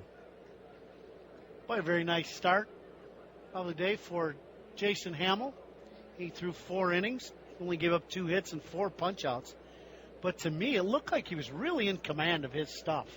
Slider was good. You see, call a couple breaking balls, a couple slow curves, and a very good downward tilt fastball.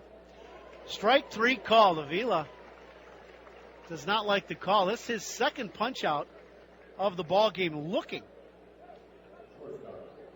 As that one hit the outside corner, so 1 out man on first. Cubs up 6-0, and that'll bring up shortstop Saladino. Saladino made a really nice play in last inning in the hole.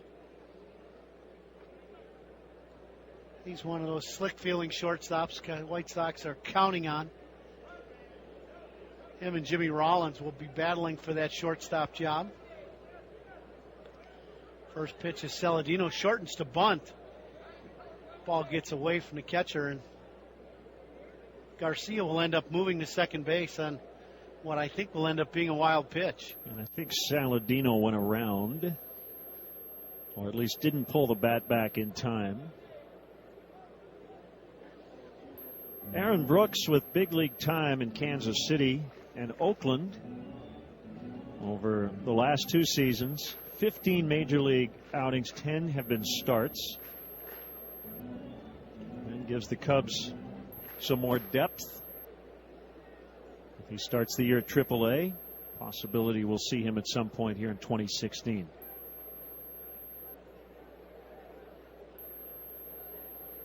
You were correct, Len. Rob Drake did call the first pitch a strike, so it's 1-0, or 0-1, I should say. Garcia's at second base. Next pitch, a fastball down and in, and the count will go to 1-1. Good to have Crane Kenny here, and we were talking about the metal detectors and all the gates coming into Wrigley, so make sure opening day and for the season you get into the ballpark early, because there will be some line issues if you're coming right at game time.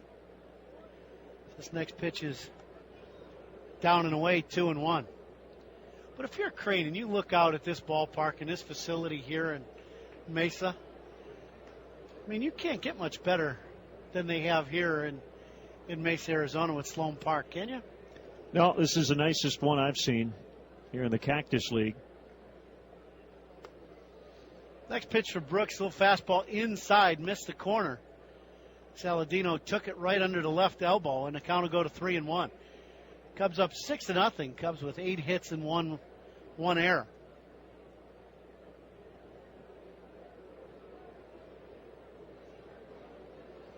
Just look at this fan. We got to have over 15,000 here at Sloan Park. Brooks sets 3-1 pitches, hammered by Saladino. Foul down the left field line, about 40 feet foul, but hit a long way. Count will go to 3-2. You notice Aaron Brooks wearing number 13. Makes you think of Starlin Castro. who starts the next part of his major league career as a New York Yankee. Be interesting to see how Starlin handles the bright lights in New York, although Chicago wasn't much behind it as far as that goes. I think he'll do well. What a finish to the year last year. Next pitch is tapped foul in front of the Cubs dugout. And that just goes to show you the kind of guy he is. He really struggled at times at short, lost his starting job on a team that was a playoff-bound team, and ended up playing his way back in the lineup, changing positions as a 3-time All-Star. So when you talk about tipping your hat to a guy, you really got to tip your hat to Starlin. Made the change and really finished up the year strong. Became a big part of what became a playoff team. Another breaking ball down by Brooks, just tapped down and right over in front of the Cubs coaching staff, who are all sitting out on the field. I can tell you, John Maley last week got hit with a line drive in the forearm. Johnny is better. Caught a little static about that play, but he is doing good. This next pitch from to Saladino is fouled back. Count stays at 3-2, 1 out. Cubs up 6-0 here in the top of the fifth. Cubs 6-8-1. White Sox no runs, 2 hits, and no errors. Eric Johnson really struggled for the White Sox with his command and then threw some pitches in the middle of the plate, and the Cubs took advantage. 3-2 again. This one's hammered to straightaway center field over Fowler's head. He's going to chase this ball all the way to the wall as Saladino one-hops the center field wall. Garcia, who is on second base, ends up scoring on the double by Saladino. He gave that ball a ride. One hop the warning track and into the fence, so the White Sox are on the board with that double by Saladino. It'll be an unearned run because of the error to start the inning. Robin Ventura would love to see some production off the bat of Saladino. We've seen him make some very nice plays defensively, but if he can get some offense, that young man's going to play a lot of baseball on the south side of the city.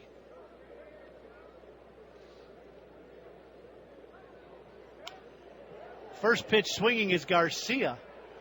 Fowler comes and makes a diving, sliding catch in left center field.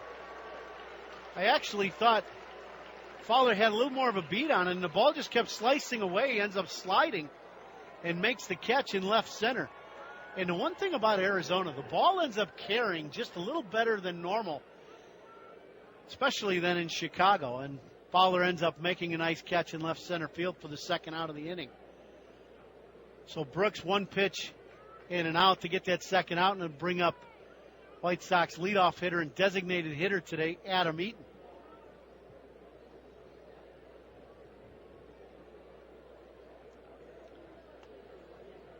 First pitch to Eaton, little backdoor hook by Brooks, and it's strike one.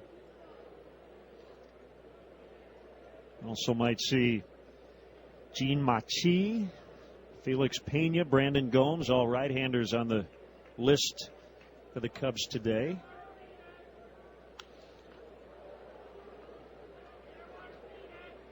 Count goes to 0-2 as Eaton just pops one straight back. Kind of like Brooks coming in, a young guy, and throwing strikes. He's mixed in a little backdoor slider to some lefties. The only ball that's been hit hard was the double to straightaway center by Saladino.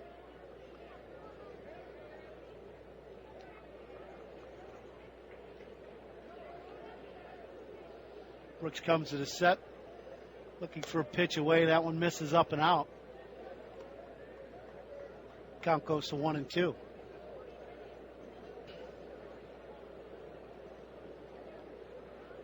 No, we talked about Hamill early in the broadcast, but very impressed with Jason Hamill today. That's a major step forward for Hamill in his preparation for opening day.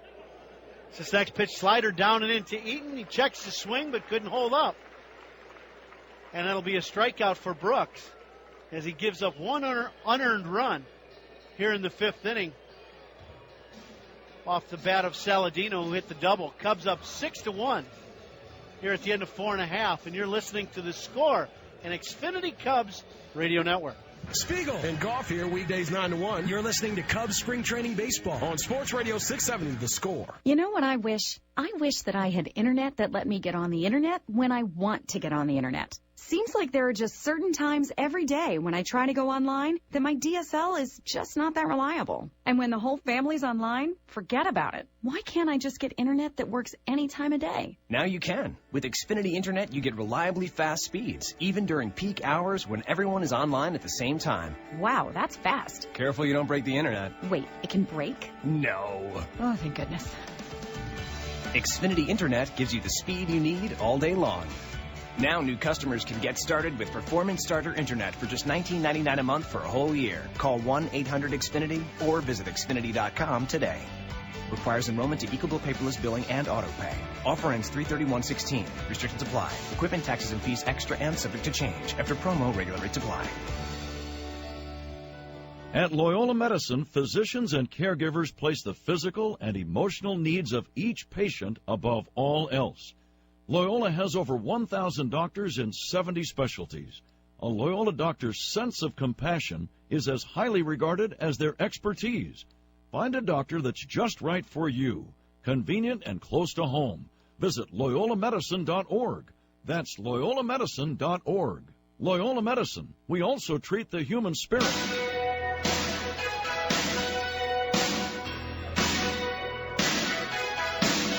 5-6-7 coming up for the Cubs.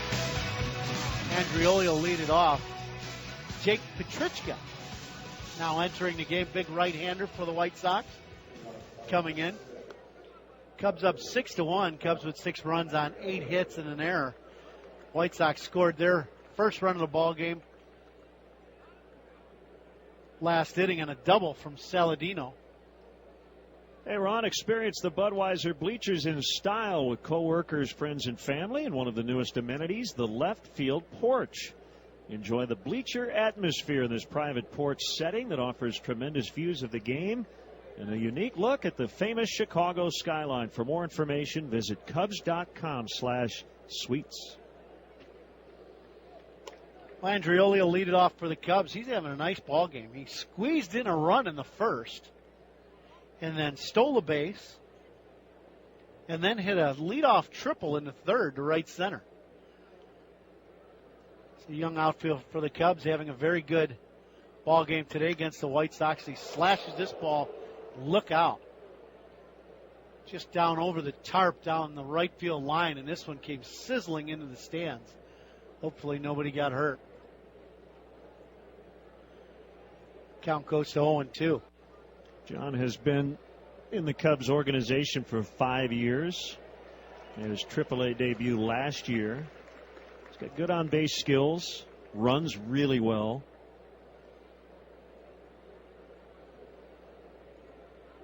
Petrichka sets, and now 0-2 right off the pitcher. And I think it hit him in a glove and just deflects down towards Frazier at third. A line drive bullet at Petrichka. And I think, and we hope, he got his glove on the ball, and I think he did. I think now the White Sox trainers may go out, but Petrichka does not look like anything has happened to him. It's now Robin Ventura and one of the White Sox trainers are going out to the mound to talk to their right-hander. Andrioli, third hit of the ballgame, hit an absolute rocket back up the mound. Petrichka knocked it down, I believe, with his glove, and it may have gotten part of his right shoulder. I'm not sure. He's showing now that it did hit him in the right shoulder, and now Robin is looking into the dugout, and I think we're going to have a pitching change, as I saw Don Cooper going over to the phone in the White Sox dugout. Yep, I think that will be it. There's no reason to take any chances. Petrichka's trying to make his case, but I don't think he's going to win this argument. It's spring training. And we've seen this in Cubs camp, too. Any little twinge of anything for a guy, and Joe Madden has pulled them out of the lineup or not allowed them to pitch.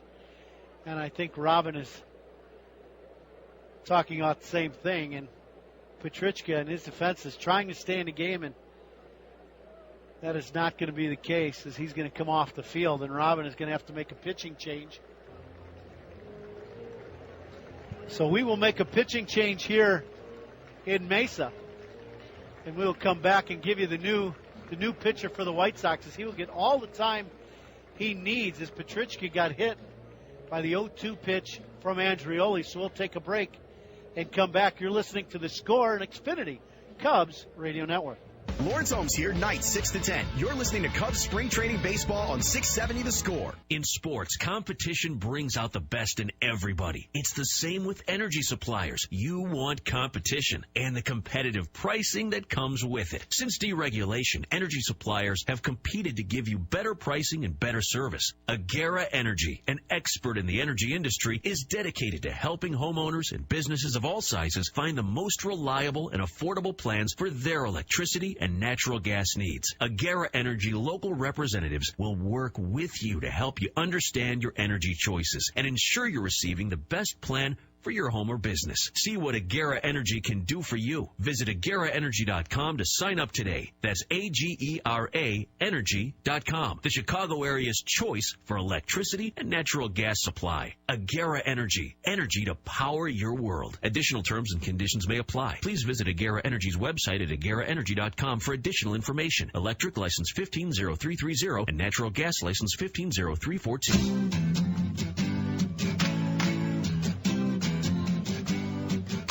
Back here to Mesa, we're going to have a little time. Andrioli hit the first.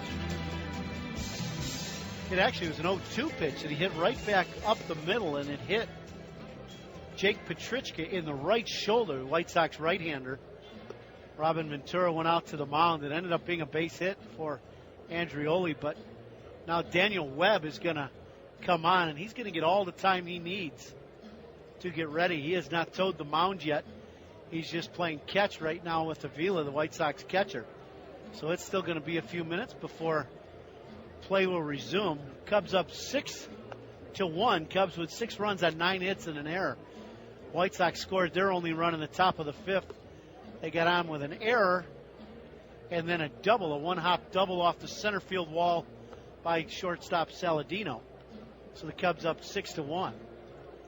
And while we have a few extra minutes here, as you said, Ron, Webb will need some time here to get loose. So we sit here on March the 12th. We're about 3 weeks away from opening day. We have not seen any official roster cuts beyond the release of Rex Brothers the other day. So the Cubs have 63 players in camp. I would imagine that over the next few days we might see that change a little bit. Minor league camp has opened, and things start to accelerate a little bit as we near opening day. Yeah, you would anticipate here in the next, we've got the split squad today and then a game tomorrow, so 3 games in 24 hours. And, probably Monday, Tuesday, maybe you could probably start looking at, the first cuts, official cuts for Joe Madden and his squad. And then I would assume here in the next week or so, you're going to start seeing more and more of this lineup starting to gel and playing, most of your lineup together and getting them acclimated to playing. Now Joe is out of the dugout to have a couple of words with Rob Drake. And Webb continues to take his warm-up tosses. There was some consternation as the Cubs had lost 7 in a row and didn't get much offense going. My line on spring training, we go back to health. That's the number one thing. But we can always kind of position good numbers and bad numbers however we want in spring training. The bottom line is it really doesn't matter. Right.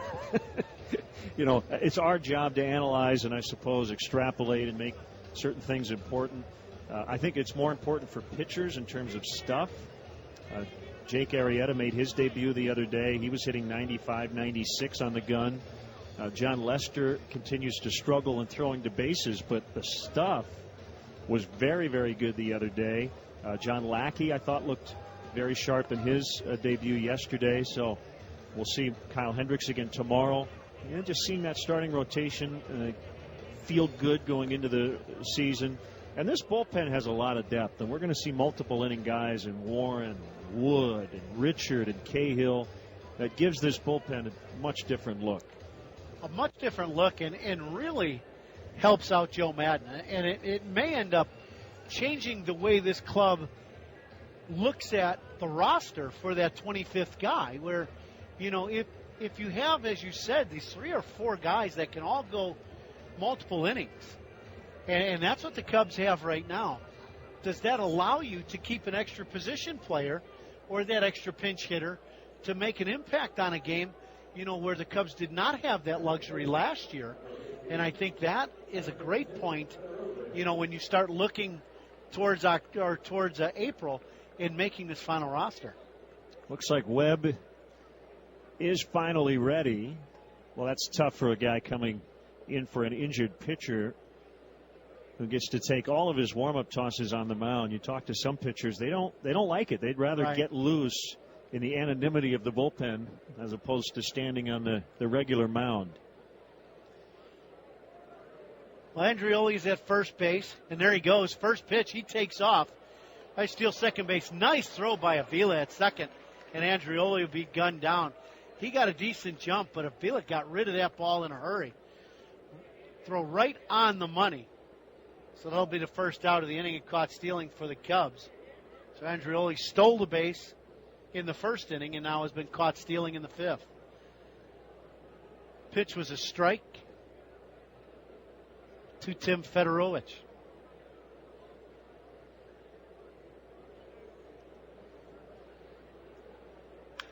Next pitch is a ground ball to short, past Saladino up the middle, and it'll be a base hit. So the Cubs with a man on here in the 5th inning with 1 man out, and it'll bring up David Ross. Cubs up 6-1 here in the bottom of the 5th inning.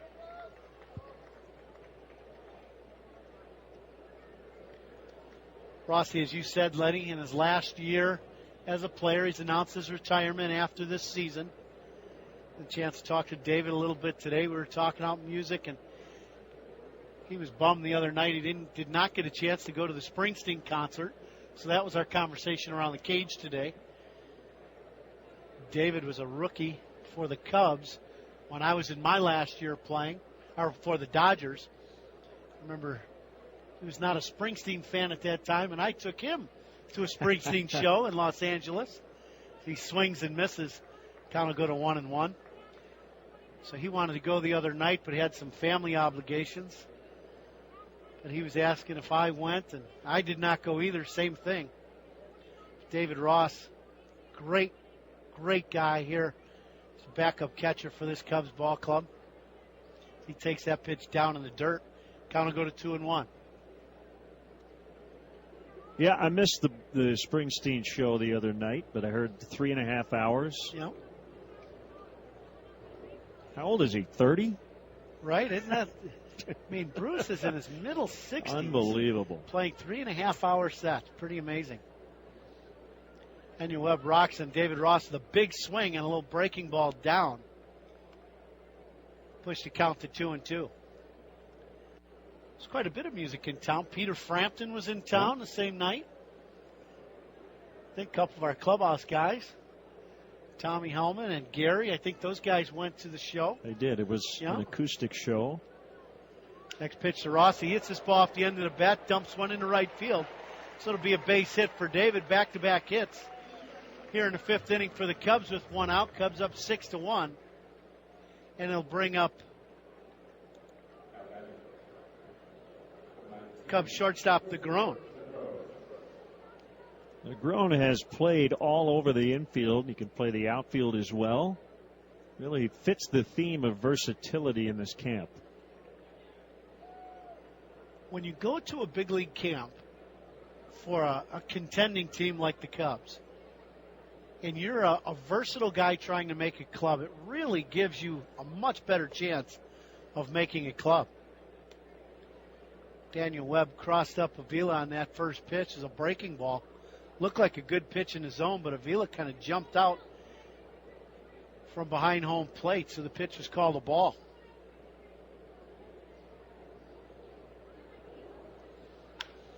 Next pitch to DeGrom is skied to left field and hit pretty well. To the track, and the ball bounces. They lost the ball in the sun as Garcia and Cabrera were converging on it as it stayed in the sun. Garcia had a beat on it, and you just thought he was going to catch it. It hits the track and just bounces in to the stands. So it'll be a ground rule double. A run will score for the Cubs. Cubs up 7-1 now on what should have been a fly out to left center field. Ends up being another run. Yeah, there was a lot of air underneath that fly ball. And somehow it got down on the warning track. 12 hits now for the Cubs. 4 here in this 5th inning.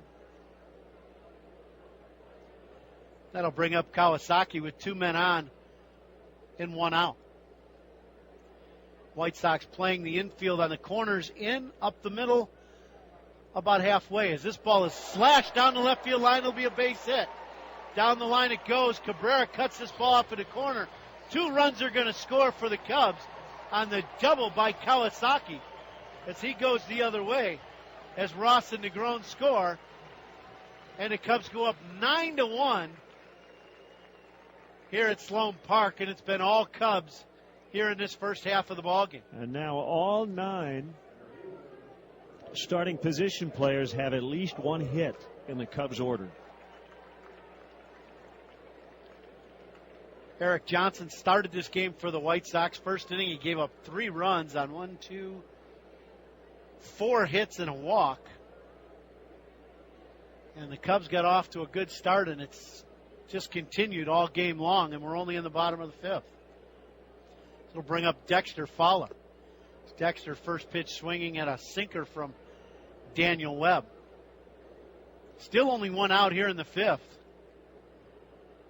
Cubs with 3 runs in.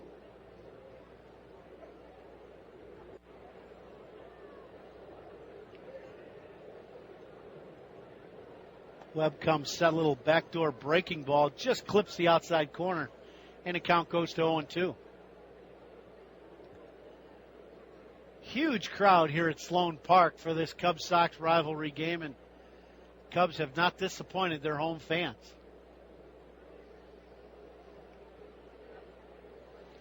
Webb comes set, now the 0-2, and this ball hits Fowler as a slider down and in. It hits him in the foot, and Fowler will take his base at first base. I think he'll be lifted for a pinch runner as well. The last thing you want to do is be hit by a pitch in the lower legs in spring training. Can tell you that from experience. As Dexter gets hit and ends up at first, and now looks like Davey Martinez is talking to somebody, and the Cubs are going to bring in a pinch runner. It's going to be Ryan Kalish. Yeah. Kalish will come into the game and run for Dexter Fowler. Dexter's had a very good ball game. He singled in the first, homered in the second, and now got hit by the pitch in the 5th, so he's been on 3 times, and he scored 2 runs.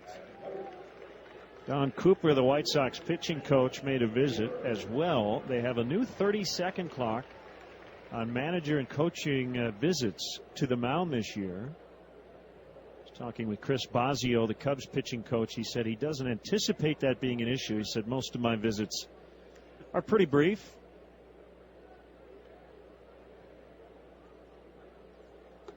First pitch to Hayward is a strike. Cubs up 9-1. Cubs with 3 runs here in the 5th inning.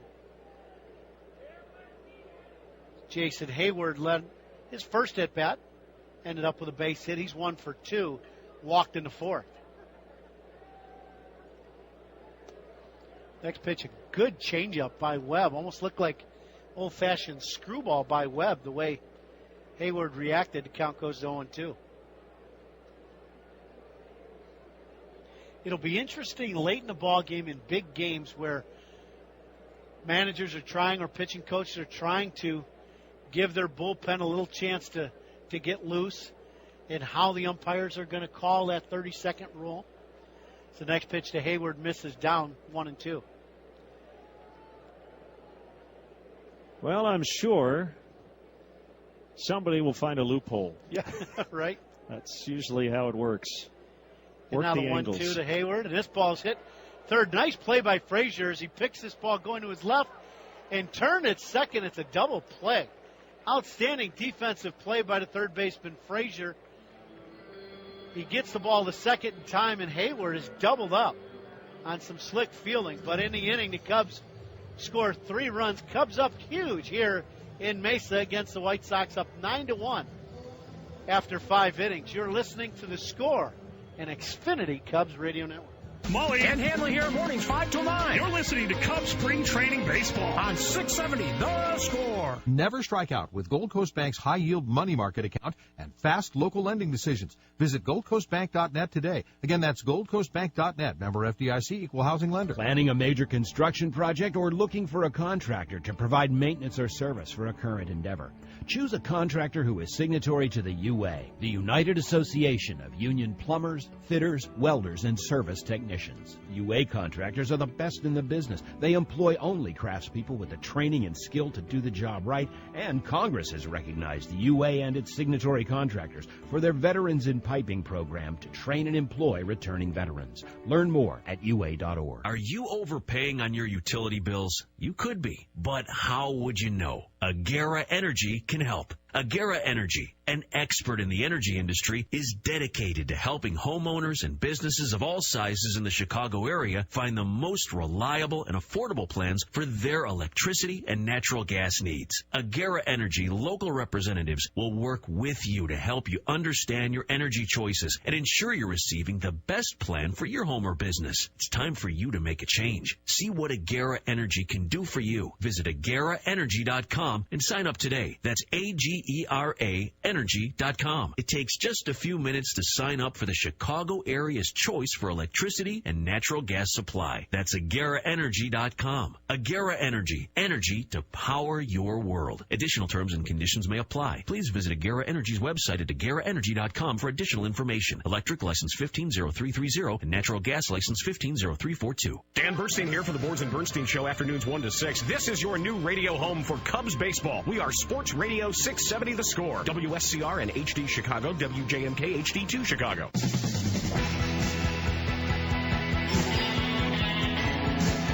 Cubs pounding the White Sox today. Cactus League play 9-1 as we get into the 6th inning. Right-hander Aaron Brooks still working. Matt Clark is now playing first.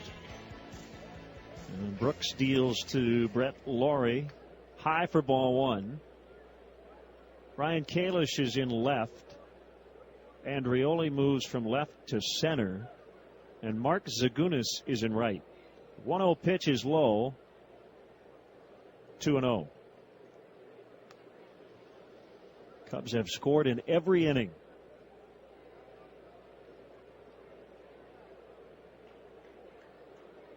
Laurie, Abreu, and Frazier for the visitors.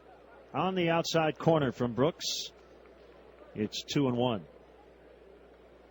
These would be a couple of former teammates. Briefly in Oakland, Aaron Brooks and Brett Laurie. The pitch, swing and a hard hit ground ball, foul past third.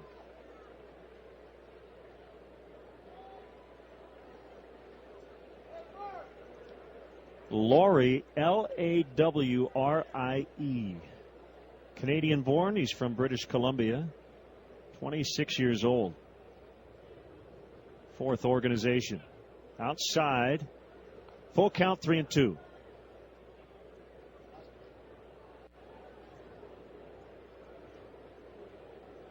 $16 homers for Laurie last year with the A's, a career high. So he should provide some good pop at second base. And he takes ball 4. Leadoff walk. First walk issued by a Cubs pitcher today.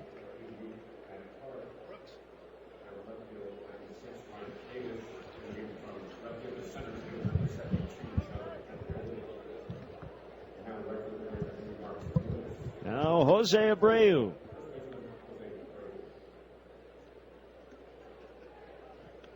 How you doing, Ron? You hanging in there? I'm doing better now. It's kind of tough to do radio with the wrong headset. We're doing musical headphones here. You grabbed the what we call the spare headset and looked at our fine engineer Walt Ellis in bewilderment as to why the microphone wasn't on, and Walt pointed at your headset, which was sitting on the desk.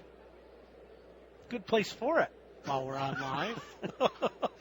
1 ball, no strikes on Abreu.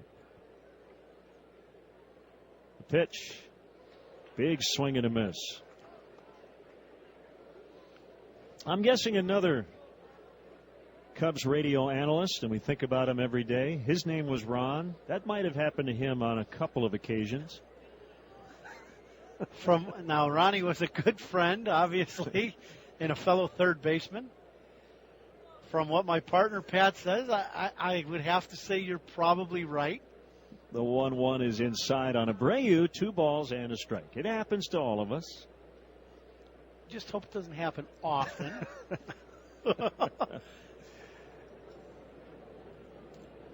Andrioli playing very deep out in center, straight away against Abreu. Actually, all 3 guys in the outfield have their heels almost right up against the warning track. The pitch. Outside corner, good spot. 2-2. Well, you talk about a middle of a lineup with some thunder, with the White Sox signing Todd Frazier. With Abreu and Frazier in the heart of that lineup, there's going to be a lot of balls flying out of U.S. Cellular Field. That's a great ballpark to hit in. The ball really flies there. White Sox have really upgraded their third base spot. 2-2 chop foul to third. And to me, Lenny, when you talk about that, it's just like Anthony. When Anthony was here and then all of a sudden Bryant took off, and how Joe put them either one behind the other, because he did switch them up some. But the protection that one gave the other, and I know for Frazier to be able to protect Abreu this year is really going to help him and help him drive in even more runs than he did last year. Frazier waits on deck. Throw goes to first, runner back in time. 9-1 Cubs in the 6th inning.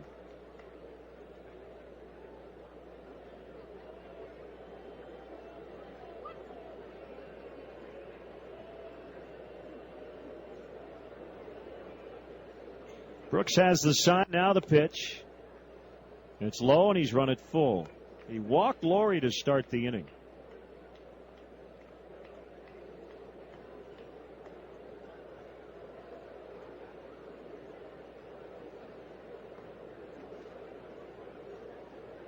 Now the White Sox finished last in the American League in runs per game last season. So they needed to upgrade. Ground ball wide of third, it's foul. And that's really something when you think about playing at U.S. Cellular and the way the ball flies there, it's just a very good hitter's park. You really are at a disadvantage. If you're not going to score a bunch of runs and your pitching staff, they're going to give up their home runs. It's just the way it is. They only hit 136 overall as a team last year. Their fewest in a full season since 1992. Abreu sends a high fly to right.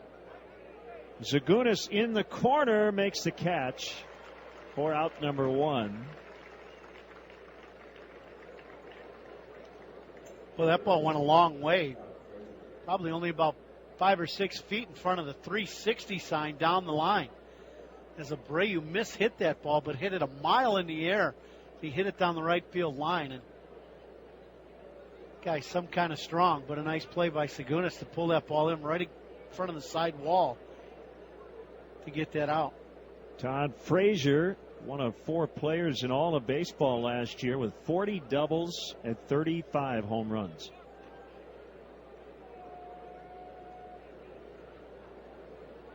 The pitch fouled back to the net for strike 1.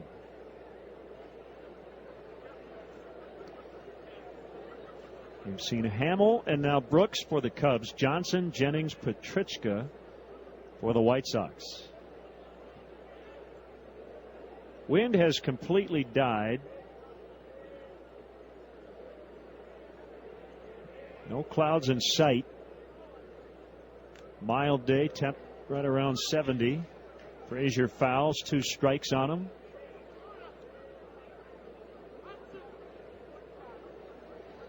an absolute perfect day here in Mesa. What did you say the temperature was starting the day? Right around 70? 68. Yeah, there you go. At the first pitch. Guy got 72 now, Okay. so it's just been a perfect day. Another check on Laurie, who's back safely. Couldn't have drawn up any better weather for spring training this year. It's been beautiful here. We've already had a couple of 90-degree days. 2 strikes on Todd Frazier. The pitch is up and in. And it's 1-2.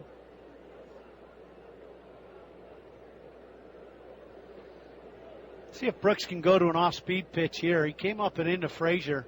Little purpose pitch 0-2. Frazier at times a little vulnerable to the off-speed pitch. See if he can get him to chase a breaking ball or hit a ground ball. In the dirt, good slide and block by Fedorovich. You don't often hear about catcher range. Fedorovich, Ron, went quite a ways off the outside corner to block that pitch. Yeah, beautiful stop by Fedorovich. That slider, he did go to the slider, but he held on to it a little too long, did Brooks. Let's see if he throws another breaking ball here. The pitch on the way and a broken bat roller. Diving stop. Candelario at third. Throw to first. And Clark can't handle it. The throw was in the dirt. So Frazier is safe. Laurie advances to third. Nice job by Candelario to keep that ball out of left.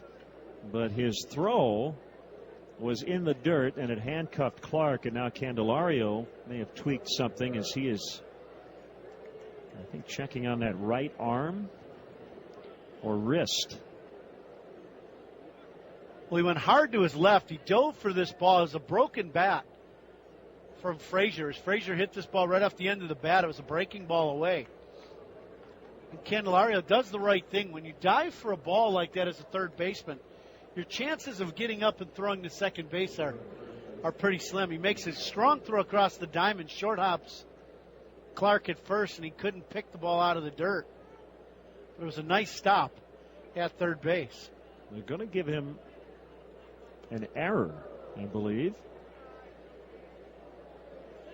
And I believe that allowed allowing Laurie to go from second to third. Correct. Yep. So infield hit and an error. And Frazier removed for a pinch runner, Matt Davidson, at first.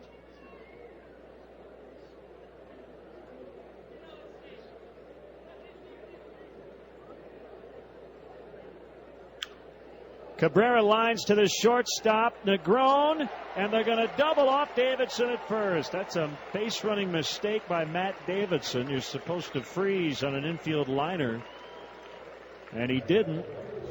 And Negron turns a 6-3 double play to end it here in the White Sox 6th. After 5.5 from Mesa, it's still the Cubs 9 and the White Sox 1. Boers and Bernstein here. Afternoons 1 to 6. You're listening to Cubs Spring Training Baseball on Sports Radio 670 The Score. Hi, everybody. It's Pat Hughes broadcasting from Binny's Beverage Depot. What an amazing starting lineup. I'm looking out at over 6,000 wines from 30 countries, over 3,000 spirits, and over 2,500 beers. Wow, amazing. Plus, the all-star team at Binny's Beverage Depot are the most knowledgeable and friendly in the business. And the prices, they are the guaranteed lowest on every bottle, every day. If you can't find it at Binny's, it's probably not worth drinking. QL1, this is Control. Does Rocket Mortgage require me to fill out a bunch of paperwork? That's negative, Control. Rocket Mortgage by Quicken Loans is the first on-demand mortgage machine that quickly and seamlessly imports your financial data. You can go through the entire mortgage process on your own and completely online. Copy that, QL1, but if I wanted to speak to someone, do you think they're out there? They're out there, all right. I've made contact before. In fact, according to J.D. Power, they've provided award-winning client service for 6 years in a row. Roger that, QL1. It's nice to know they're out there, wherever they are. Detroit Control. They're in Detroit. Over. 3, 2, 1. Rocket Mortgage at QuickenLoans.com. Push button, get mortgage. Rocket. Visit for cost information and conditions. Equal housing lender.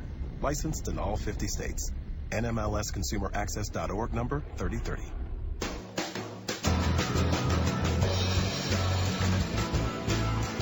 Cubs 9, White Sox 1. Bottom of the 6th inning. Daniel Webb still working on the mound. Hector Sanchez is in to catch.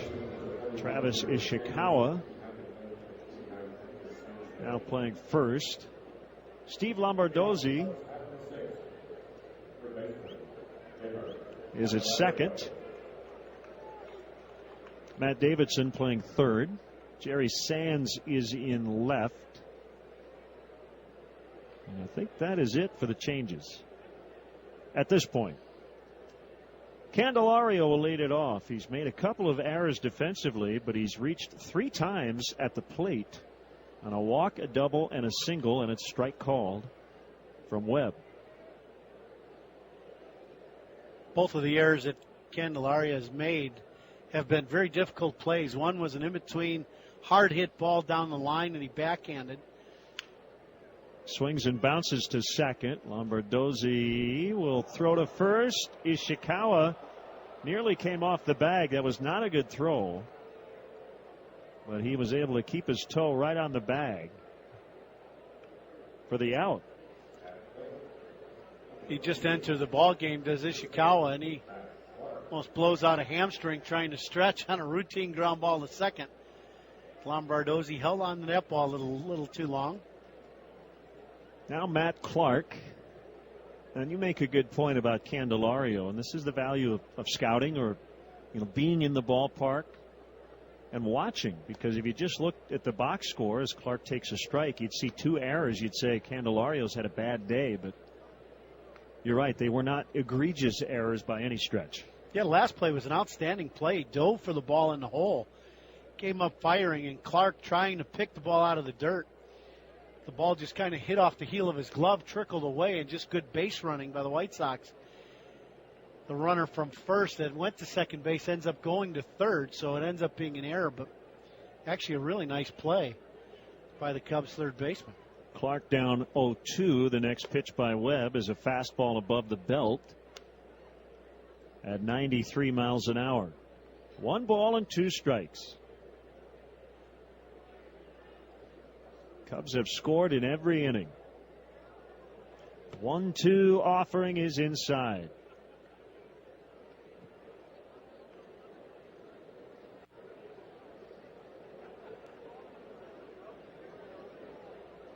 Webb from the stretch, nobody on. 1 out, 6th inning. The kick and the pitch outside. He's run it full, 3-2.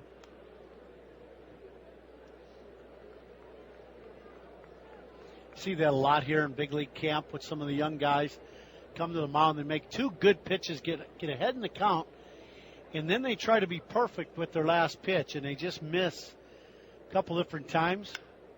3-2, a high fly ball right center. Pretty deep but playable, and caught on the warning track by Abisail Garcia, the right fielder. Boy, and Clark just missed one, as we were saying. Webb ends up pushing that count from 0-2 to 3-2. Clark got a good pitch to hit. I mean, he hit that ball a mile in the air, but it was pulled down on the track.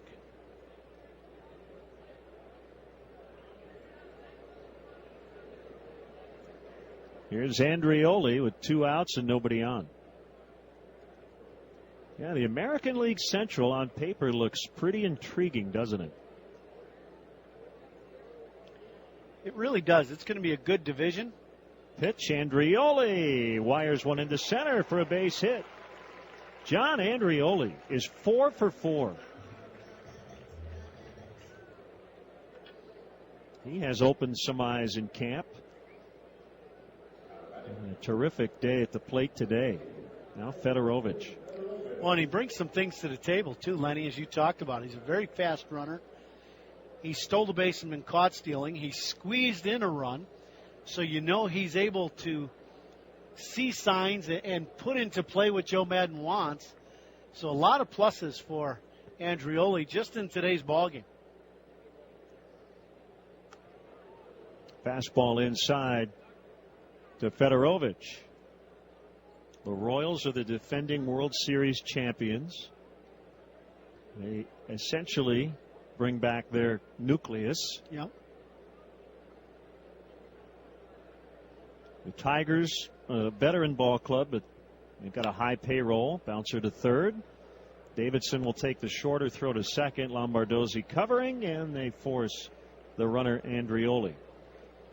Cleveland and Minnesota believe they can be in the mix, and we've talked a lot about the White Sox here today. So we will go to the seventh inning from Mesa. It's the Cubs 9 and the White Sox 1 on the Score and the Xfinity Cubs Radio Network. Spiegel and golf here weekdays 9 to 1. You're listening to Cubs Spring Training Baseball on Sports Radio 670 The Score. Whenever I drive downtown, I need a convenient place to park.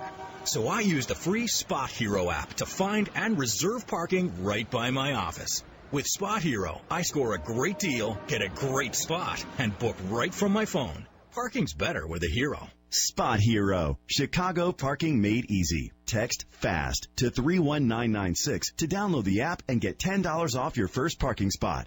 Spot Hero. Text FAST to 31996. Are you overpaying on your utility bills? You could be, but how would you know? Agera Energy can help. Agera Energy, an expert in the energy industry, is dedicated to helping homeowners and businesses of all sizes in the Chicago area find the most reliable and affordable plans for their electricity and natural gas needs. Agera Energy local representatives will work with you to help you understand your energy choices and ensure you're receiving the best plan for your home or business. It's time for you to make a change. See what Agera Energy can do for you. Visit AgeraEnergy.com and sign up today. That's AGERA Energy.com. It takes just a few minutes to sign up for the Chicago area's choice for electricity and natural gas supply. That's AgeraEnergy.com. Agera Energy. Energy to power your world. Additional terms and conditions may apply. Please visit Agera Energy's website at AgeraEnergy.com for additional information. Electric license 150330 and natural gas license 150342.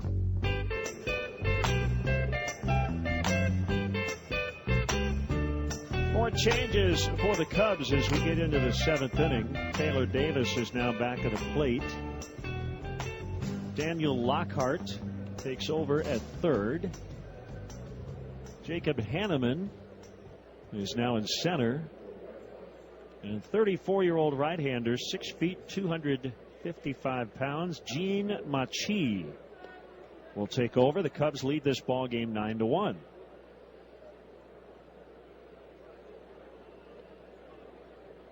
Machi with previous big league time with the San Francisco Giants and Boston Red Sox.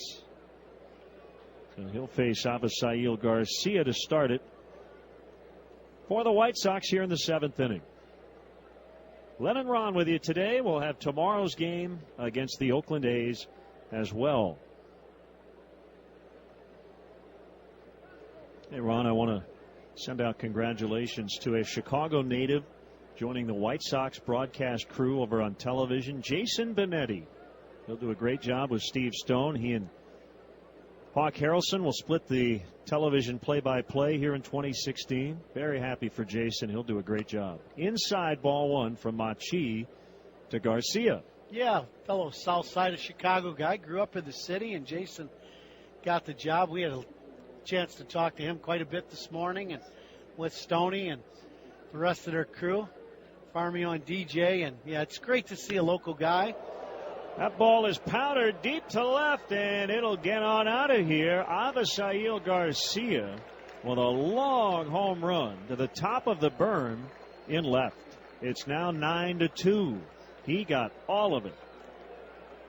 Well, Garcia is a great, big, strong guy. When he crunches one, there's no ballpark in baseball that's going to hold him.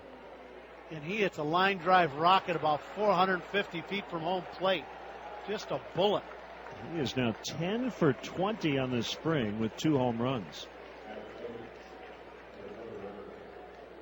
But yeah, to finish, it's great to have Jason. He grew up in the south side of Chicago, south suburbs, and it's great to have one of the local guys doing the broadcast. So congrats to him. Today it's his first broadcast with Stoney on TV with WGN, so that was great for them. Hector Sanchez now catching. Switch hitter takes a strike from Machi. Battle of former Giants here. And outside for a ball. Kind of a homecoming for you, too, because all the director and producer and engineer, they're all here that you work with. Good to see Mark Brady and Skip Ellison, Bob Vorwald, as they prepare for the regular season as well. They all popped in the booth today. That's always good for some great entertainment with Mark around. Swing and a miss by Sanchez. Jim Deshaies stopped by as well. Yeah, JD's been at the ballpark. He and I will have our first Comcast Sportsnet game this Wednesday in Surprise against the Royals. We'll have 9 telecasts in all, including a couple in Las Vegas. Called strike 3. Sanchez is out. 1 down here in the Sox 7. So I know you guys do the broadcast every year in Las Vegas. Are you a big Las Vegas guy? I'm a 24 to 36 hour Las Vegas guy. Uh-huh. Here's Saladino, the shortstop. And we will wrap up camp against the Mets in Vegas before heading to Anaheim. I believe Mark Grody will be down here in a few days. Yeah. We'll see Pat next weekend. The 0-1. Swinging bunt out in front of the plate. The pitcher, Machi, will retrieve and throw to first in time. That's out number 2. Good little off-speed pitch by Machi, and the ball just dribbles out in front of the plate. He ends up barehanding this ball, making a good, strong throw for the second out of the inning.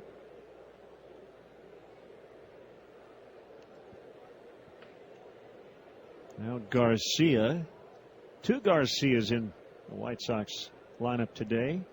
Avisail and Leury. This is Leury. He's playing center. Called strike. Inside corner. Now in Las Vegas, they still play at the same ballpark that they've had for quite a few years. Cashman Field. There you go, Cashman Field. I played many games there in AAA. The 0-1 is on the outside corner to make it 0-2. Now, speaking of good hitters' parks, that is a very good hitters' park. Wind usually howls out of that ballpark. Fly ball, center field, not deep. Hanneman over toward right center. Will glove for the out. Avisail Garcia with a leadoff blast for the Sox run here in the 7th. Stretch time from Mesa. It's the Cubs 9 and the White Sox 2 on the Score and the Xfinity Cubs Radio Network. Lawrence Holmes here, nights 6 to 10. You're listening to Cubs Spring Training Baseball on 670 The Score. You know what I wish? I wish that I had internet that let me get on the internet when I want to get on the internet. Seems like there are just certain times every day when I try to go online that my DSL is just not that reliable. And when the whole family's online, forget about it. Why can't I just get internet that works any time of day? Now you can. With Xfinity Internet, you get reliably fast speeds, even during peak hours when everyone is online at the same time. Wow, that's fast. Careful you don't break the internet. Wait, it can break? No. Oh, thank goodness. Xfinity Internet gives you the speed you need all day long. Now new customers can get started with Performance Starter Internet for just $19.99 a month for a whole year. Call 1-800-XFINITY or visit Xfinity.com today. Requires enrollment to Equal Bill Paperless Billing and Auto Pay. Offer ends 3/31/16. Restrictions apply. Equipment taxes and fees extra and subject to change. After promo, regular rates apply. It's a great time to update your kitchen with big savings at Menards. Stop by your local Menards to check out our huge selection of major kitchen appliances. They're all on sale. Add a stylish look to your kitchen with a new range hood from Brown. Get a 30-inch stainless steel finish for only $159. Hurry in for the best selection of major kitchen appliances. On sale this week at Menards. Save big money at Menards. Never strike out with Gold Coast Bank's high-yield money market account and fast local lending decisions. Visit goldcoastbank.net today. Again, that's goldcoastbank.net. Member FDIC, equal housing lender.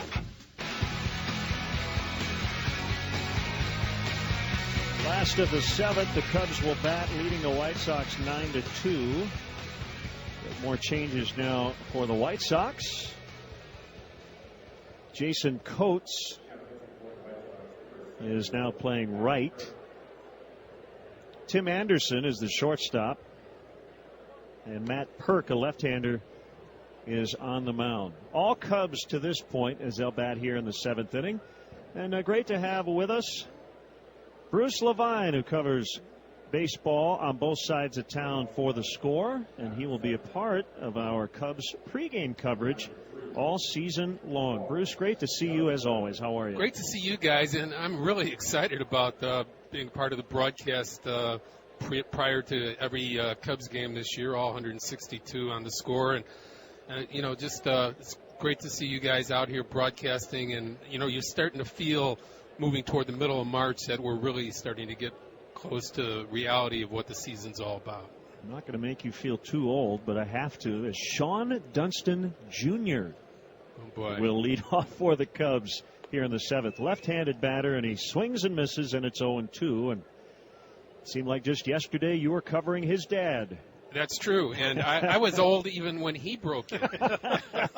So that tells you how long I've been around. But it's a pleasure, and Dunston Senior was a great guy, and this young man's different tool set, left-handed hitter, of course. I don't think he has quite the arm that Sean Dunston had. Did anybody have quite the arm Sean had? Maybe Dwight Gooden. Yeah, I think one of the best arms in the game at that time. It was unbelievable, and a fun guy who eventually told me, swing and a miss, strike three, that he made a mistake by not being an outfielder his entire career. He fought the Cubs, particularly Larry Himes, when he was a general manager, and said, Sean, you'll extend your career. You're great at going after a fly ball. You have a super arm. You're a center fielder. And he fought him until the last couple of years of his career, where he became a utility man and an outfielder. And that, he had that revelation toward the end of his career. Here's Christopher Negron, 1 for 3 with an RBI double and a swing and a miss. See, Ron, this is why we have Bruce on with us. The amount of knowledge, the amount of people he talks to at the ballpark on an everyday basis. Does anybody know more people in the game than this guy? Well, that's why I sit with him when I'm watching the games instead of broadcasting them here in spring training. Swing and a miss on a changeup. I have more 20s in my pocket, guys. Just keep going. I'll just sit back here and enjoy the game with Brucey, you. what's been your thing? We've been here every day watching the Cubs. What's been some of the things that have stood out to you so far this spring? Well, today's performance was one of them for sure. When you watch Hamill, and I'm sure you guys talked about it, the different downward plane that he had on his fastball and what they've been working on, and the fact that, the quandary for every athlete is when he can go out there and perform but not perform up to the level that he's physically able to when he's at his best. That's what we saw last year in Hamill in the second half, and making no excuses for him because, as he said, he had the uniform on, he was able to go, but he couldn't drive off the mound. He couldn't have that downward plane that he had today. So that's something a Cub fan should keep in mind and look at and kind of piece that together right now. Negron takes a called third, so 2 outs here in the bottom of the seventh, and it's Munenori Kawasaki. Lefty versus lefty, 9-2 Cubs. And the pitch. Ground ball, base hit into center. Got it past the pitcher Perk, and it's a 2-out hit for Kawasaki. What's the one key to the Cubs' success this year, in your opinion, Bruce, if there is just one? HEALTH. They have to have that, especially for their starting rotation.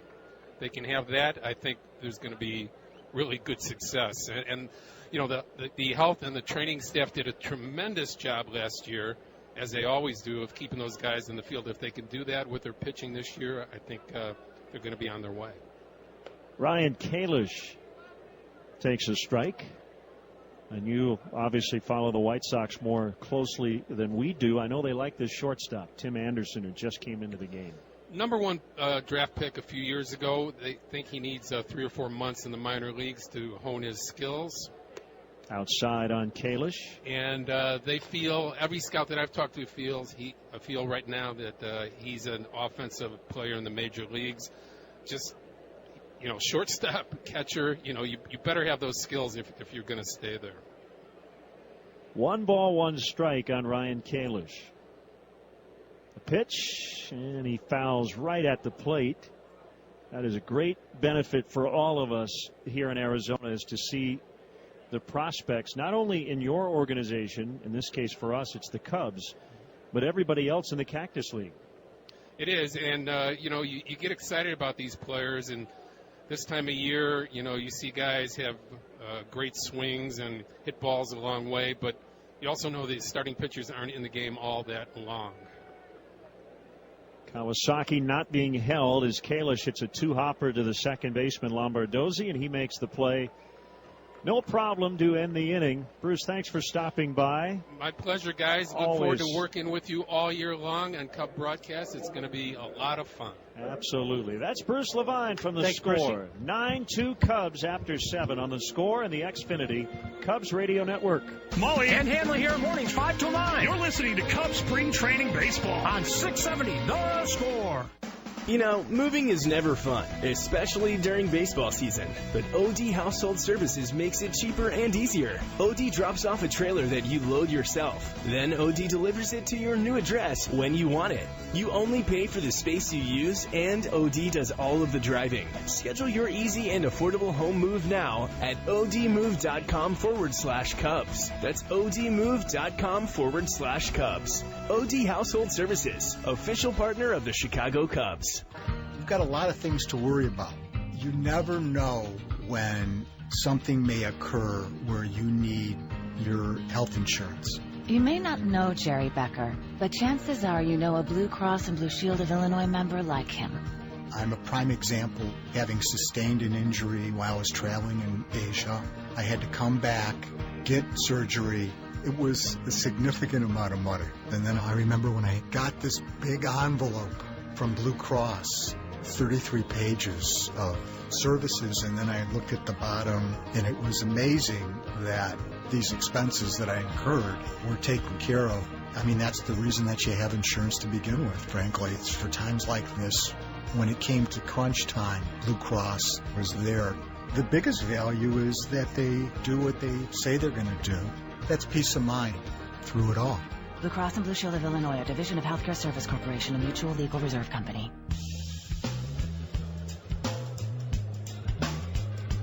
It's getting late, 8th inning. Cubs lead 9-2. Right-hander Felix Pena takes his warm-up tosses for the Cubs. Well, the home opener is right around the corner, April 11th against the Reds, 7:05. The first 30,000 fans in attendance will receive the official Cubs magnet schedule presented by Giordano's. For more information, visit Cubs.com. And April 11th, buddy, and we'll be back in Wrigley getting our season started at home. Pena has really good stuff, just kind of trying to harness it. Could be an intriguing guy down the road. He has been a starter and a reliever in the minor leagues. And, yeah, an interesting start to the season schedule-wise for the Cubs. They'll begin the year interleague play for the first time in Cubs history on opening day. That'll be a late night in Anaheim on April the 4th. 2 games in Anaheim, a Wednesday off before a 4-game series back here in Arizona against the Diamondbacks. And then the Cubs' home opener will be Monday night, April 11th versus Cincinnati. Here we go, 8th inning. And a strike called on Mike Alt, former Cub, getting his first plate appearance today. Right-handed hitter. And he takes low and inside, 1-1.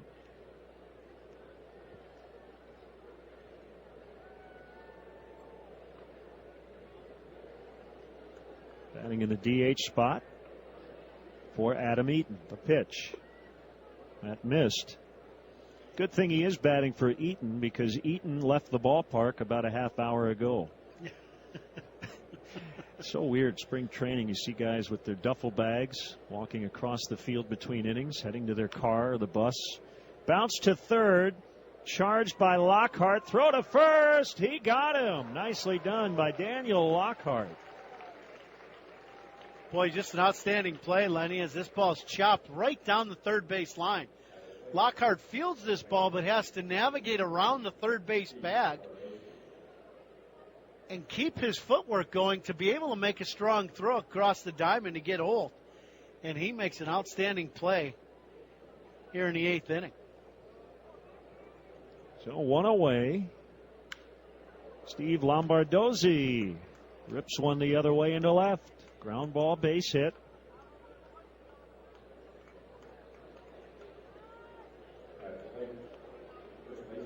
And it'll bring up Travis Ishikawa, the veteran first baseman.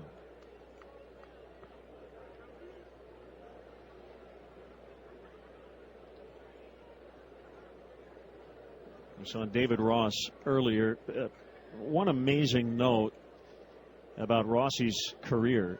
Much of it spent as a backup catcher. Fastball strike on Ishikawa.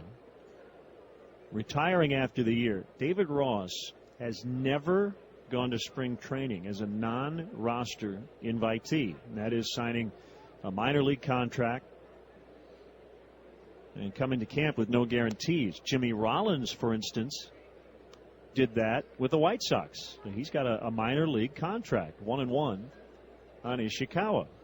Did you go into any spring camps later in your career as a non-roster guy? I did. I went into the last two as a non-roster invitee.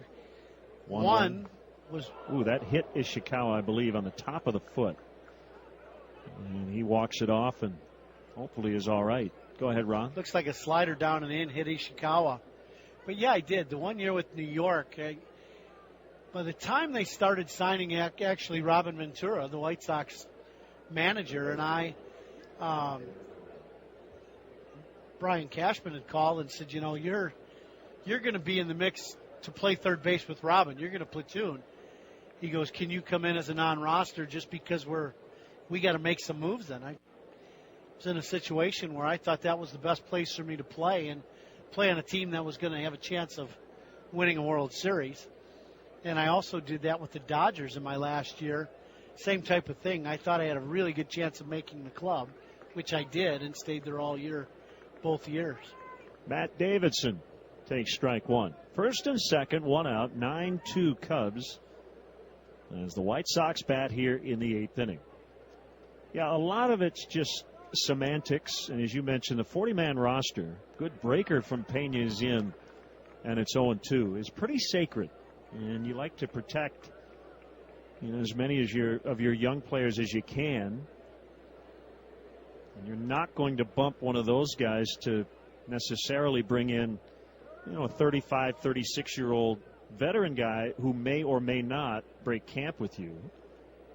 And if you want that guy on your roster, you will find room for him at the end of March. As Davidson went around on strike three for out number two. And that was exactly the situation I was in. 36 years old, you were still playing and still able to hit at a big league level. And I understood that situation, and that was fine by me. Shane Victorino is one of those guys right now. Matt Merton back from Japan would be another. Kawasaki. And you see probably, you know, 4 or 5, maybe a half a dozen guys like that in every big league camp around baseball. Here's a pitch to Sands. Jerry Sands takes ball one. And it always seems to be with the ball clubs that are contenders. Most teams that don't feel like that are rebuilding, they're going to get their young guys up and they're usually going to play. But a lot of times you'll see that with a contending team, they don't have room on their 40-man roster at the beginning, but boy, they sure want that veteran presence once the season starts. Swing and a miss, 1-1.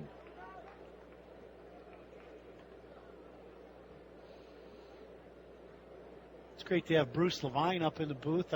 You and I have a lot of conversations with Bruce throughout the year. Bruce really close with a lot of the scouts in Major League Baseball. We have a lot of fun talking baseball with him at dinner throughout the year. Ball two on Sands, really beefing up our pregame coverage of Cubs baseball. Now on the score, you'll see or hear Mark Grody They go on the air about 35 minutes before the first pitch, so 7:05. Get on the air at 6:30. Well, pregame, you got Mark, who will host the pregame show. You're going to be doing a show every day with Chris Bosio. That should be extremely entertaining. And I do the manager's show with Joe. You're in there every day. And then Bruce. So we got the full metal jacket going for pregame. Every ball game that we're going to do here this year with the Cubs. Mark will take some calls on the post-game coverage as well. 2-2 now to Jerry Sands and a foul. And we'll repeat. I think I'm going to be doing some post-game with Mark every day for the first 10 minutes or so. Same thing, kind of recapping the game and maybe taking a call or two. That's always fun. Hopefully it'll be good calls after big Cub wins. Another 2-2 from Pena, and it's low and inside, and that fills it up. First and second, both runners will go with 2 outs. Cubs lead 9-2. Looking for their first winning streak of the spring. There they go. The 3-2 is bounced to third. It's foul.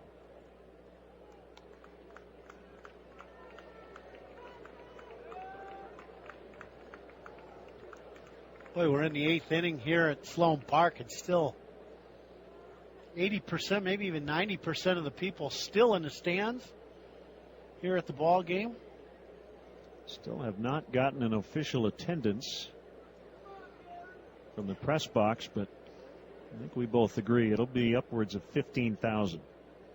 Another 3-2 is way high, and that's ball 4. And they are loaded. And they'll bring up Jason Coates, who's now playing right. Last fastball sailed up high, tried to overthrow that ball just a little bit.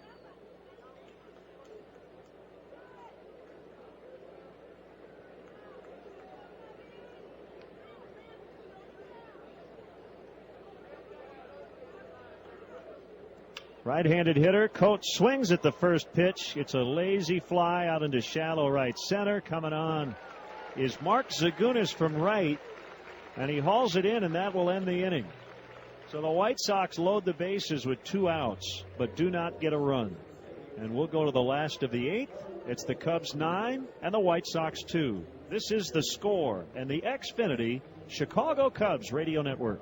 Boers and Bernstein here. Afternoons 1 to 6. You're listening to Cubs Spring Training Baseball on Sports Radio 670 The Score. Are you overpaying on your utility bills? How would you know? Agera Energy, an energy market expert, helps businesses find the most affordable and competitive rates for their natural gas and electric needs. If you're a business owner in the Chicago area, visit AgeraEnergy.com right now and sign up today. That's AGERA Energy.com. Energy to power your world. Additional terms and conditions may apply. Please visit Agera Energy's website at ageraenergy.com for additional information. Electric license 150330 and natural gas license 150342. Are you paying too much for term life insurance? There's a tremendous price war among the major term life companies. Rates have dropped dramatically in the past few years. For example, a man age 45 non-tobacco user, $1 million of coverage, $75 per month level rate for the next 10 years. Or a man age 50 non-tobacco can obtain $500,000 of coverage for a monthly premium of only $110 per month, guaranteed not to change for the next 20 years.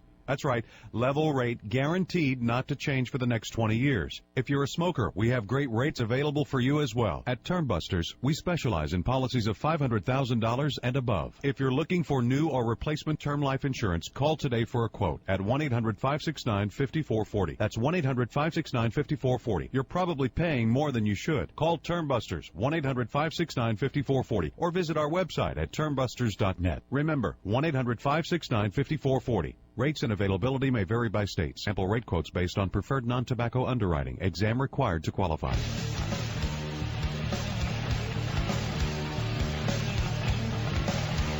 6'7" right-hander Philippe Aumont is on for the White Sox here in the bottom of the 8th. The Cubs lead this one 9-2. Aumont is from Quebec, Canada.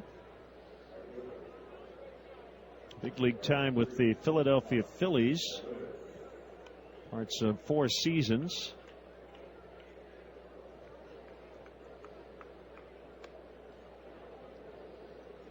Cubs with 15 hits. The White Sox have 6. Cubs scored in each of the first 5 innings today. Mark Zagunis will start it. He's now playing right.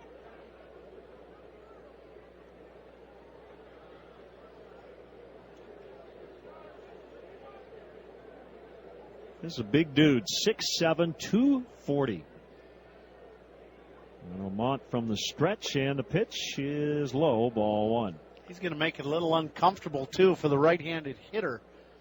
He said 6'7", and then he kind of drops down 3/4, and kind of his release point is in probably at the front shoulder of a right-handed hitter. 1-0 in the dirt. 2 balls, no strikes. Cubs now have gotten everybody out of that was in the starting lineup out of the lineup. Even the DH David Ross has been pulled from the ball game. 2-0, another dirt ball. It's 3-0. 15-4-1-7. The attendance here at Sloan Park. That's a sellout. The pitch. That's a strike, 3-1. Just looking back at my scorebook and thinking about today's game, a lot of positives today for the Cubs. Obviously, the scoreboard is a major one, winning 9-2 up until now. Bouncer foul. But you look at Fowler on base 3 times. Hayward on base twice, a single and a walk. Rizzo with a single drove in 2 early in the ball game. So the main crux of what the Cubs will have is the top of their lineup really doing some damage today. Andrioli having a huge day.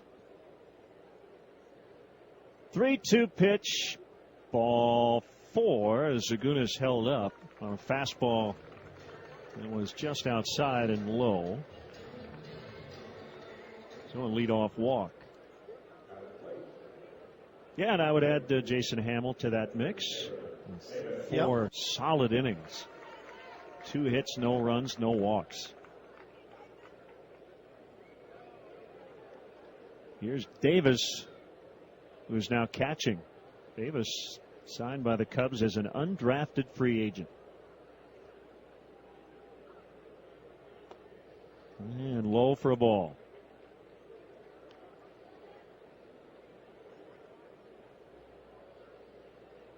He signed back in 2011 out of Morehead State University in Kentucky.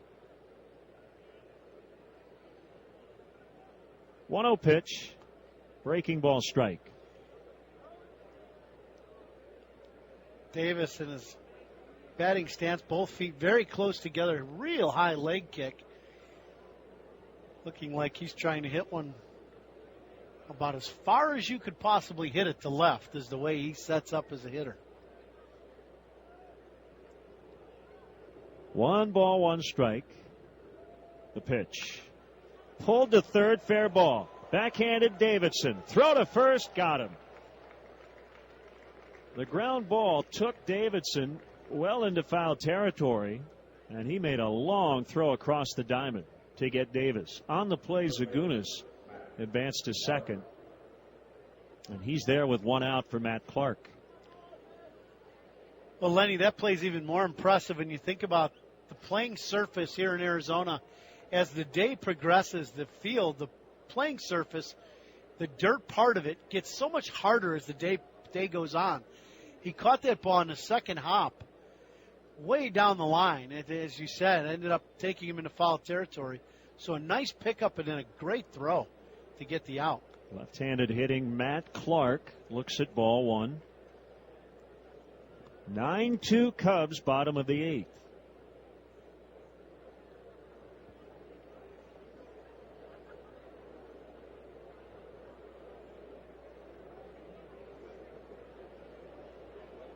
Now set. Almont with the pitch. Fouled back to make it 1-1.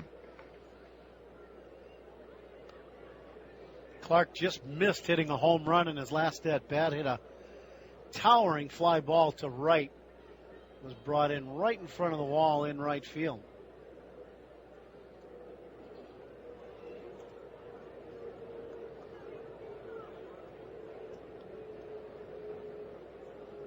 The kick, the 1-1 pitch, fouled back near the press box.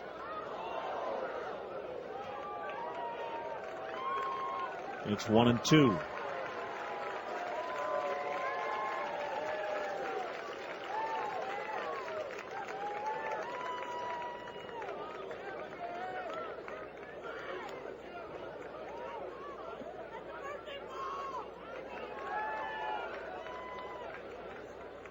Runner at second, one out.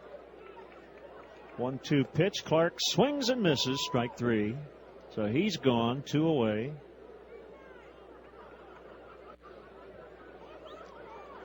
Clark with a big swing on that off-speed pitch. Looked like a changeup.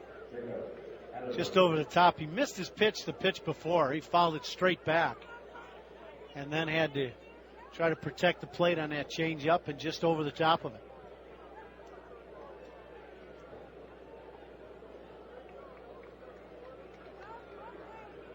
Jacob Hanneman,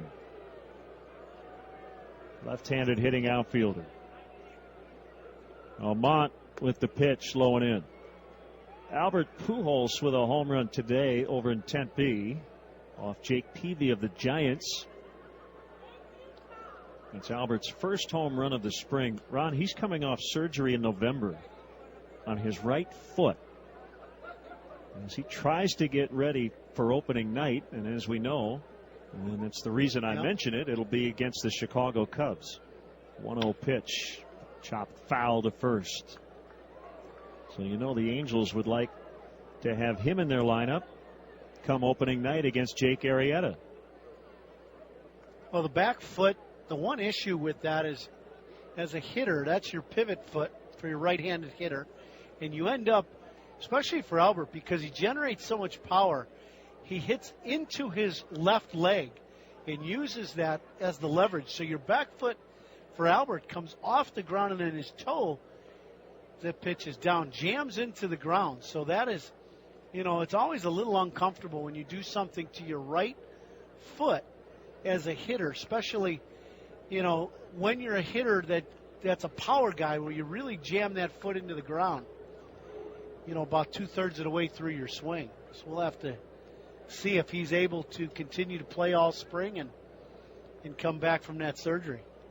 2 balls and a strike to Hanneman. The next pitch is hit foul and out of play. The Dodgers had Alex Wood scheduled to face the Cubs tonight. He has been scratched. He has forearm tightness on his pitching arm. So Brandon Beachy will start instead. Dodgers already finding out Brett Anderson is going to be out a while with back surgery. Inside on Hanneman, 3-2.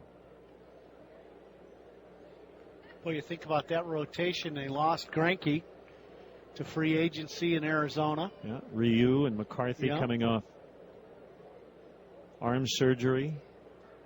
Mentioned Anderson. Yep. They still have Clayton Kershaw, though. Here's a pitch. Golfed, shallow left. It's going to drop down. Base hit. And Gary Jones puts up the stop sign. I think that's more of a 9-2 stop sign here in the late innings. As Jerry Sands charged that ball. Normally, Ron, with 2 outs, you're going to send the runner there. And he decided to hold up Zagunis. Yeah, probably a good play by Jonesy. If he sends him, it's going to be a play at the plate. And the last thing you want is to have guys getting injured, sliding into home plate, and plays like that in a 9-2 ball game here in the bottom of the 8th.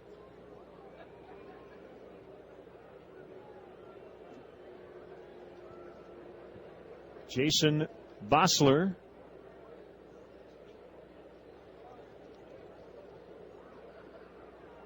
with runners at the corners. Low, ball 1.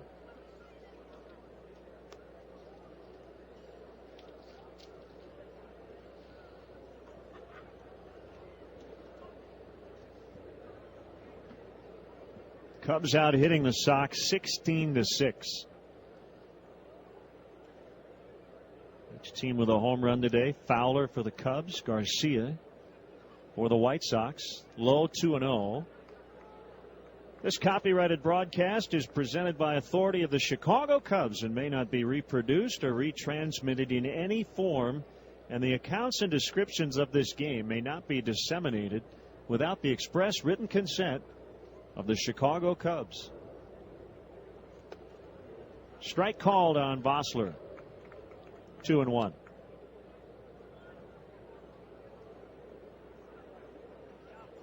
Son David Freese has joined the Pittsburgh Pirates. Really surprised that he went that long without signing a contract. Hard hit roller right at the shortstop Anderson. He'll get it to Lombardozzi at second. The force out there to end the inning. Cubs strand a couple, and we will head to the ninth. It's the Cubs 9, the White Sox 2 on the score in the Xfinity Cubs Radio Network. Matt Spiegel here from the Spiegel and Golf Show, weekdays 9 to 1. This is your new radio home for Cubs baseball. We are Sports Radio 670 The Score, WSCR and HD Chicago, WJMK HD2 Chicago. You know what I wish? I wish that I had internet that let me get on the internet when I want to get on the internet. Seems like there are just certain times every day when I try to go online that my DSL is just not that reliable. And when the whole family's online, forget about it. Why can't I just get internet that works any time of day? Now you can. With Xfinity Internet, you get reliably fast speeds, even during peak hours when everyone is online at the same time. Wow, that's fast. Careful you don't break the internet. Wait, it can break? No. Oh, thank goodness. Xfinity Internet gives you the speed you need all day long. Now new customers can get started with Performance Starter Internet for just $19.99 a month for a whole year. Call 1-800-XFINITY or visit Xfinity.com today. Requires enrollment to EcoBill paperless billing and auto pay. Offer ends 3/31/16. Restrictions apply. Equipment, taxes, and fees extra and subject to change. After promo, regular rates apply. Replace your outdated faucet with a new one from Menards. It's the perfect time to shop because this week all Delta kitchen faucets are on sale. Get the stainless steel finished Griffin High Arc kitchen faucet that comes with a matching side sprayer, or pick up the chrome finished Pixa that has a pull-out faucet. Both have a lifetime limited warranty and are your choice for only $99 each. Find these and other great deals this week at Menards. Save big money at Menards. Never strike out with Gold Coast Bank's high-yield money market account and fast local lending decisions. Visit goldcoastbank.net today. Again, that's goldcoastbank.net. Member FDIC, equal housing lender.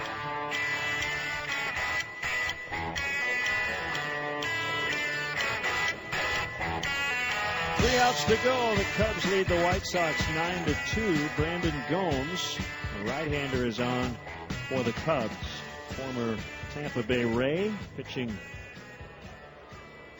a lot for Joe Madden, all in relief. And he'll face Hector Sanchez to start it.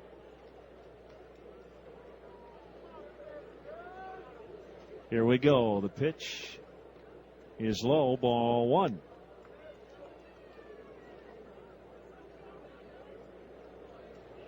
All right-handers for the Cubs today. Hamill, Brooks, Machi, Pena, Gomes. Sanchez hits one sky high to center, not deep. In. Hanneman, one out.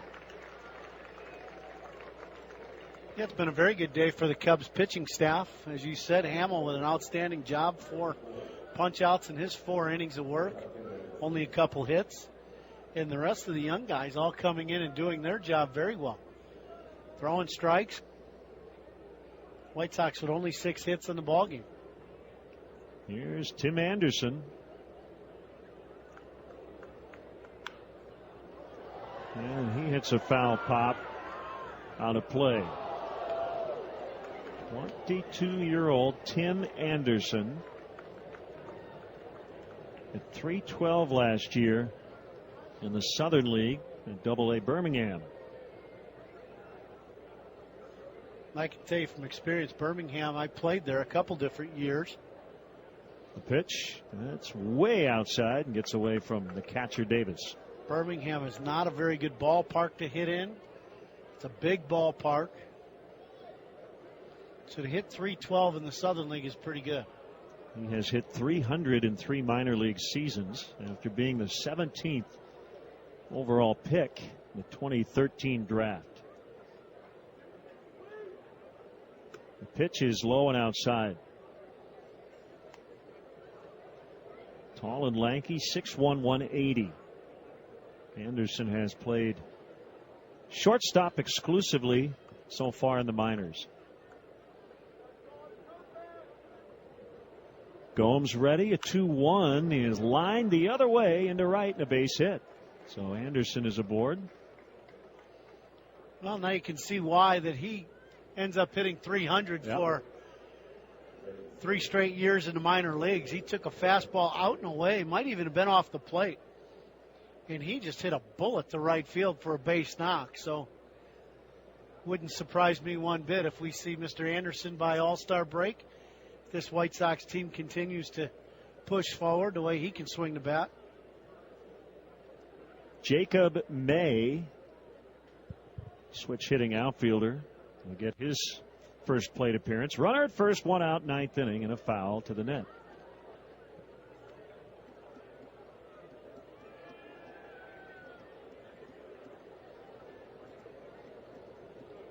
Some shadows now creeping along the left field line. Most of the field very much still in the sun here in the late afternoon hours. Low for a ball.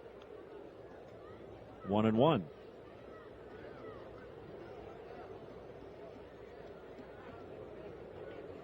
May, a 3rd round pick in that same draft, 2013, in which Anderson was taken in the 1st round. Off the plate in from Gomes, 2-1.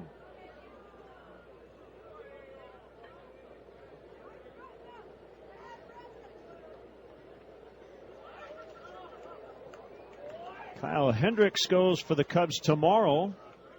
We'll have that one right here on the radio. Jesse Hahn, a right-hander for the A's. Strike 2. It's 2-2. Be good to see Kyle throw tomorrow. His last outing, he saw some of his outing. As usual, he had great command, very good changeup as always. Will be his 3rd outing and his 2nd start tomorrow. Tapper fouled to first. Still 2-2 on Jacob May.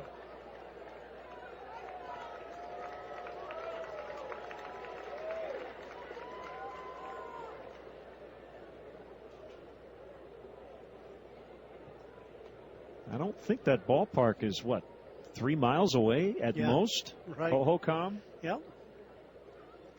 Swing and another foul by May. Still 2-2. And they have renovated that facility. I was there once last year. Looks good.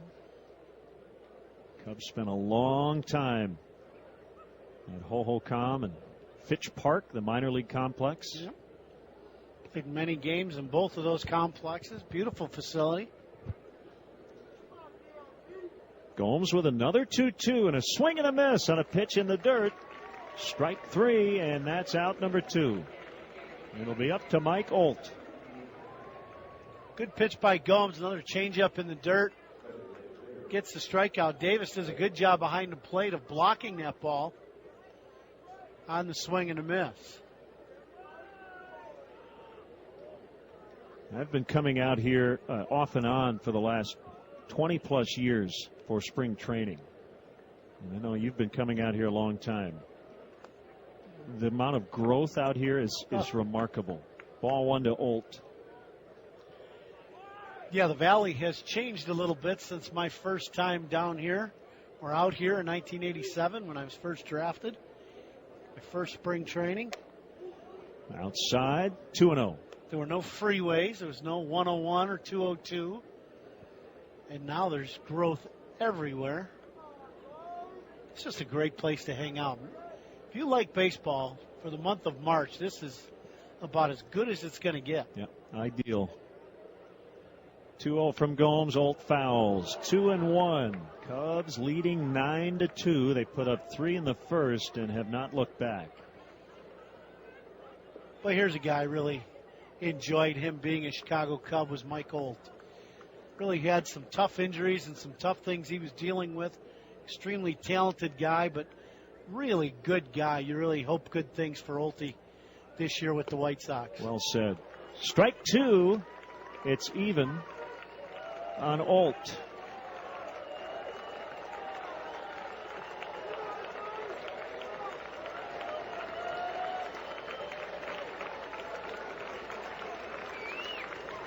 Cub fans are standing.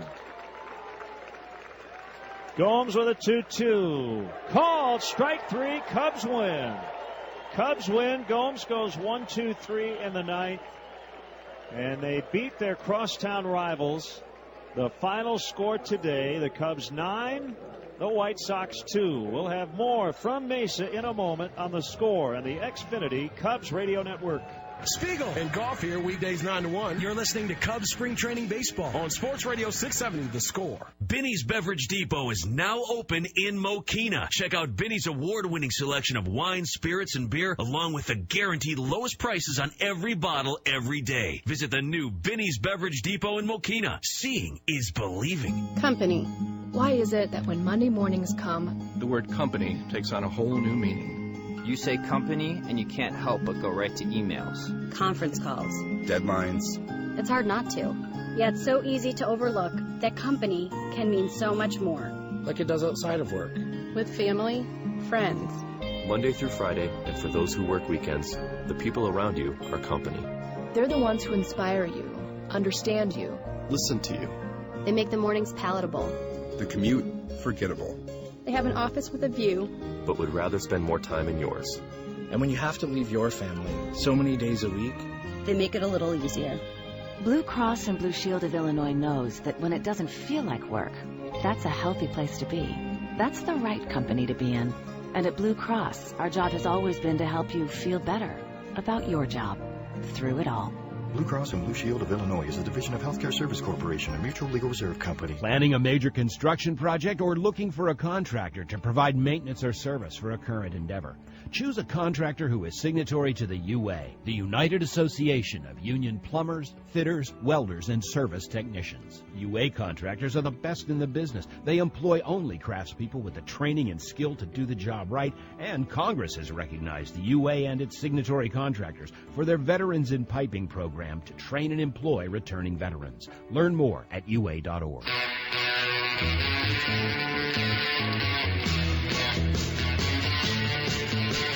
For the first time here in the 2016 Cactus League, the Chicago Cubs have won 2 in a row, a 7-4 win yesterday over the Cincinnati Reds, a 9-2 decision over the White Sox today, and Ron Coomer, the Cubs have now put up 24 runs over the last 3 games combined. Another game tonight, split squad action, so Joe Madden and his coaching staff will head across the valley to Glendale, but you like to see the bats starting to heat up. Yeah, you really do. And today, the top of the lineup, Fowler had a very good day, on 3 times, a homer and a single, scored twice. Hayward on base twice. Riz swung the bat very well. Andrioli also, another guy, young guy, who had 4 hits and really swung the bat well. But, this offense, Lenny, we know there's not a weak spot in the lineup. This offense is going to score runs. So it was just a matter of time before the hitters started catching up a little bit with the pitching and start scoring some runs. If you want to listen to that game tonight, Mick Gillespie will have the call webcast tonight on MLB.com as Trevor Cahill will pitch for the Cubs against the Dodgers. That will be an 8 o'clock Chicago start, and we will preview tomorrow's matchup, which you'll hear right here on The Score as the Cubs take on the Athletics. That's coming up next on The Score and the Xfinity Cubs Radio Network. Lawrence Holmes here, night 6 to 10. You're listening to Cubs Spring Training Baseball on 670 The Score.